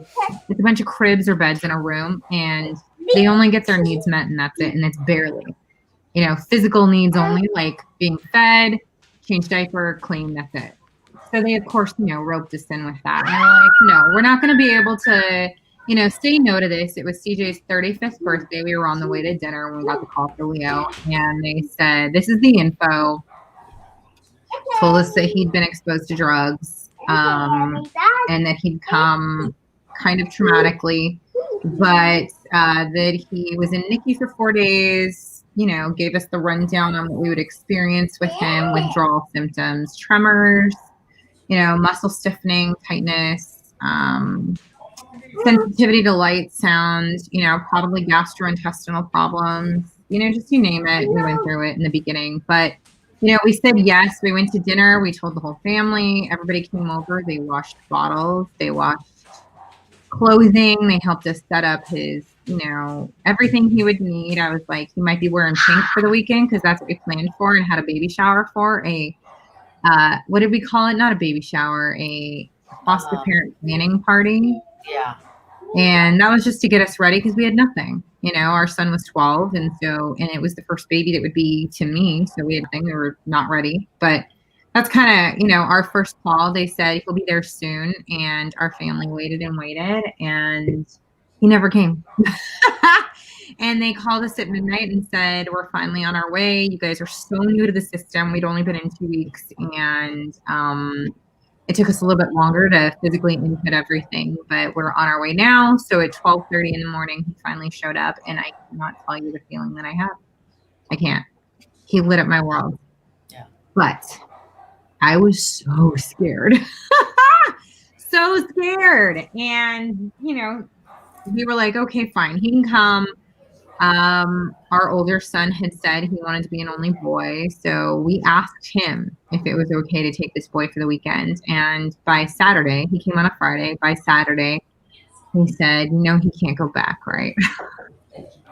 And so we called Monday morning, and I was like, I know you guys are closed because it's you know, closed Monday, but I just want to let you know, like, he can stay. We're good for as long as he needs to. He's safe. So that was it. That's how it came to be. And then, you know, we went through all the motions that foster parents do, you know, the visits and the ups and downs and, you know, questions and worries and stuff like that. But, you know, it didn't really come until way later that we found out that he was having some health issues that, you know, you really can't foresee. He started bruising. He would get these huge hematomas. And as a foster parent, you have to explain how something as simple as he was playing with a rattle bruised his leg so badly that, you know, it required medical attention. So we spoke to one of our closest friends whose mom was a pediatric nurse. And she said, I'm pretty sure he has hemophilia. Go get it checked out. And so we insisted to his Medi-Cal doctor at the time that that was what was going on, that he needed a blood test and we get checked out. And she refused. She said, we don't know what we're talking about. We have zero medical training. She asked and questioned what the hell ever made us think that that could ever be his issue. He flat out refused. So she said, I'm not going to test him. I think you guys don't know what you're talking about. babies can bruise easily. And I said, you don't know what this is. This is different. He has knots going all the way up and down his shins because he's just now learning to crawl. He rolled over a toy and now he has knots and bruises across his entire abdomen area. That's it. All he had to do was roll over it. It was absolutely horrendous. We cried. We went home and we said, what can we do? So we called what is called a hub doctor. And through the foster care system, they're kind of the specialists for kids who are in, babies who are, going through specialized medical care stuff or have been, prenatally exposed to drugs or alcohol. So we called them and we said, hey, this is what we think is going on. And they said, come in here tomorrow. We'll get a blood test. We went in the next day, got a blood test. He swelled in the area where he had blood drawn. It was horrible. And then a day later, they called and said he has severe hemophilia A. This could kill him. And he's going to need to be on factor VIII infusions for the rest of his life. Thank God we ignored that damn piece of shit doctor. And we did go back to her. And we did say you were wrong. And she was like, well, I don't know what made you think you needed to get a second opinion. And that is all she ever said. And I said, we won't be back here. Yep. And I just had to go back and let her know that because of her, he could have died. Yep. And that is it. So we had a lot of babies. When I said it was funny because when Tasha got Leo, that baby shower that we had for her was everything for a girl. Yeah. Because they had put into the system that they wanted a girl because Aiden wanted to be the only boy. Yeah. So she gets Leo, and I remember she's telling me about it and stuff. And this is now a couple weeks in, and they're really getting attached to Leo and stuff. And it's looking like it's going to be a case where they may be able to keep him. And she's like, Anna, like, I love Leo so much, but I'm still kind of disappointed. I really want my daughter. Tasha, God has things in store for us that we don't know anything about. I said, Aiden, if you look at Aiden, that he looks like Tasha. Aiden was meant to have Tasha as his mother.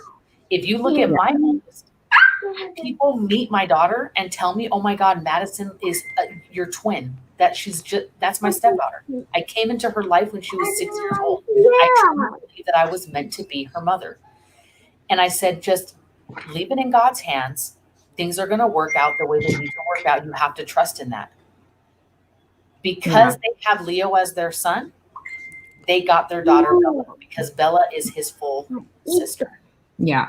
And the way things work, it's just amazing. Like, I just never forgot that. You know what I mean? Like, she was meant to have Leo in order to have Bella placed with them. And it's just incredible. I remember the story too. And it's heartbreaking and beautiful all at the same time. Yeah. Yeah. It's a lot. You give, especially in foster care, you give your all, like these kids are your own. That's it. And that's what they teach you.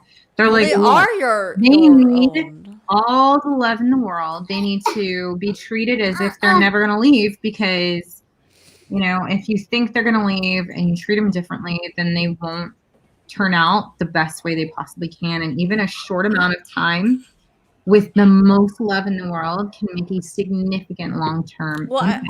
And I think that's what you just said, Tasha. That's the thing, is the most love is no matter what what the parent is doing. You're the parent. I'm a parent. Honestly, whatever we're doing with the most love. Yeah. Yeah. And whether that be doing it naturally, doing it with the best, doing it this way, we're all doing it.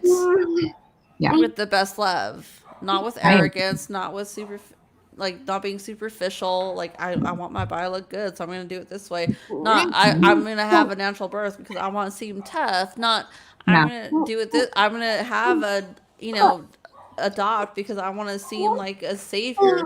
No, we're all doing this not for out of those reasons. We're doing this completely out of love. Right. And that's the goal. Vaginal birth, adoption, foster care. Doesn't matter how you do it. As long as it's out of love. As long as it's out of love. I had a conversation with Madison when she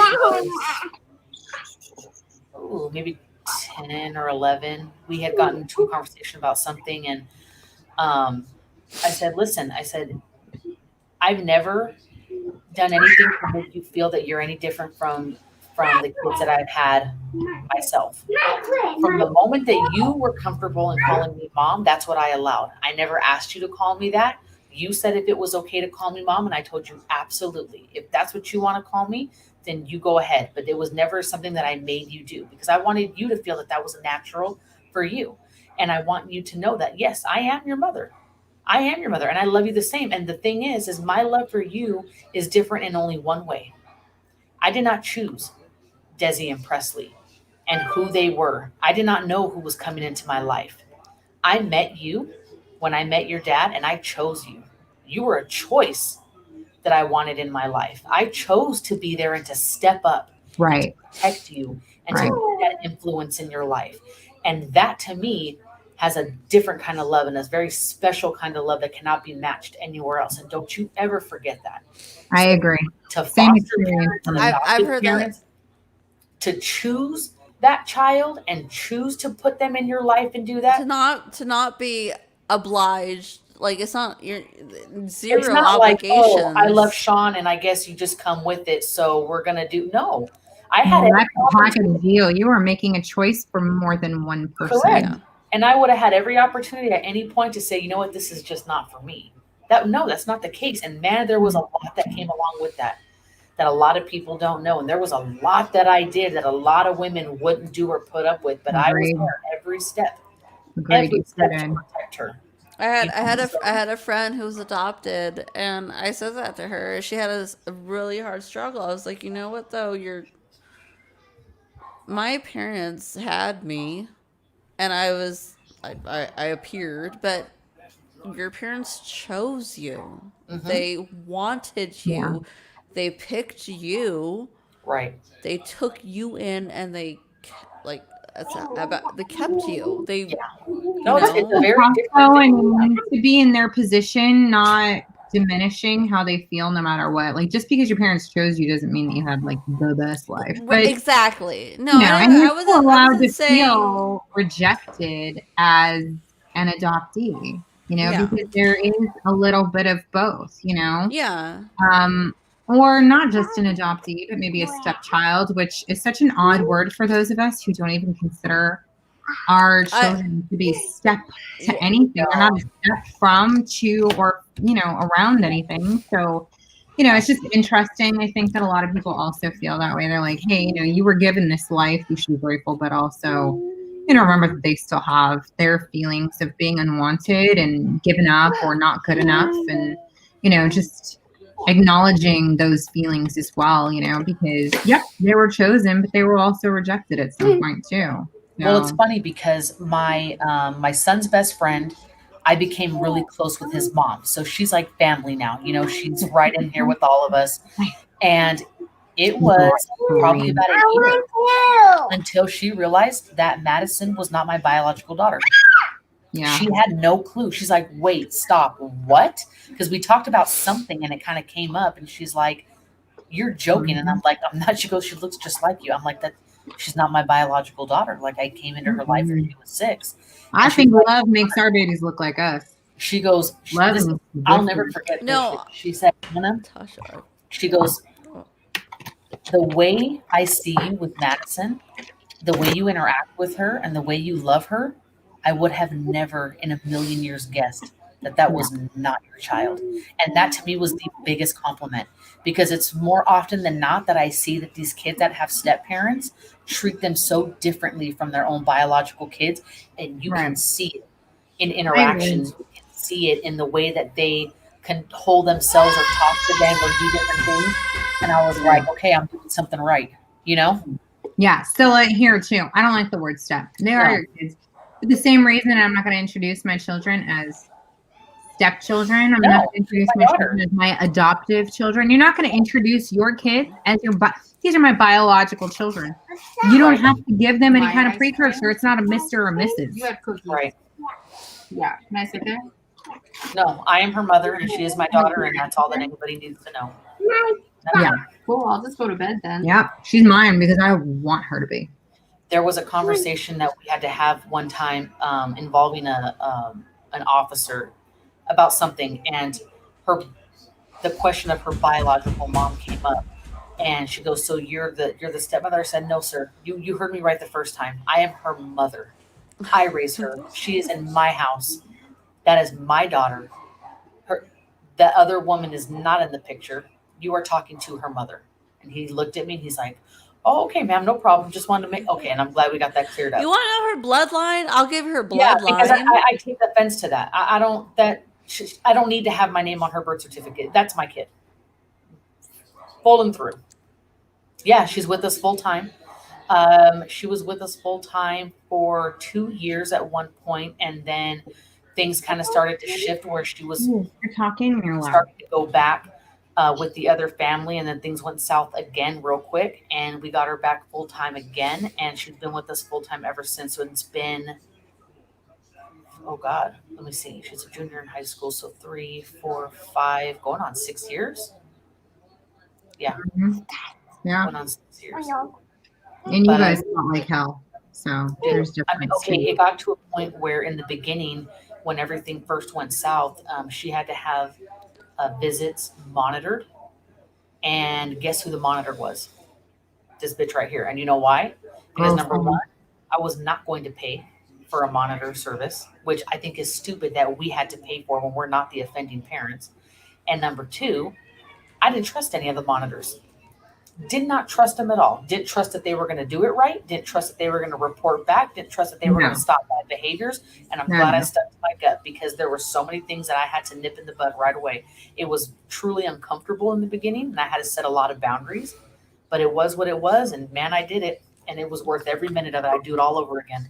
Girl, same. I went through it too. We had to do visitation, and we were the monitors, and you know, we know exactly what it's like because I mean, not only did we do it for Leo, we did it for 10 other foster kids that came and left our home. Bella's, you know, the other one that stayed of those 10, but or 11. I don't remember however many we had, but we didn't have visitation when she came along because she was already further along in her case when they finally found us because they didn't really know that she had an older full sibling because the case kind of jumped counties. So it took them a while to find us. But once they did, you know, there was no visitation. So it's a little bit of an easier situation with her, but the worry's still the same, you know.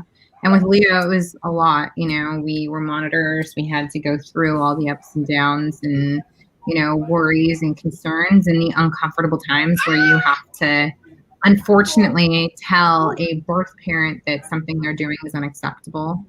And that is uncomfortable. It really is. Especially because you know that they love them even if there's something they love more. And that is an addiction. So, see, the one major conversation I had to have with her was she was mad and uncomfortable of Madison calling me mom. So there was a book fair or something, and I, you know, called her up and I was like, "Hey, they're going to have this book fair. If you guys want to come, you know, I'll be there so I can monitor whatever." They came, and then I think Madison had called out to me like mom or something, and she made a comment. So afterwards, I took her aside and I said, "Listen," I said, "what's not going to happen is you're not going to make her feel guilty for loving me and seeing me as a mother figure. You need to focus on what you can control. And the only thing that you can control is your relationship with her. My relationship with Madison is different and it will always be different. Do not try to live up to that. Do not try to change that and do not interfere with that. Me and my relationship with Madison is between the two of us, and you need to respect that. And if you feel threatened by that in any way, then maybe that's a sign to you that you need to start making some major changes and focus on your relationship with Yeah. her. But she will Yeah. not be left to feel that she is something different in my home or less than in my home. She cannot call me mom. That will not happen. And I shut that shit down right away. I was like, I'm not playing that game.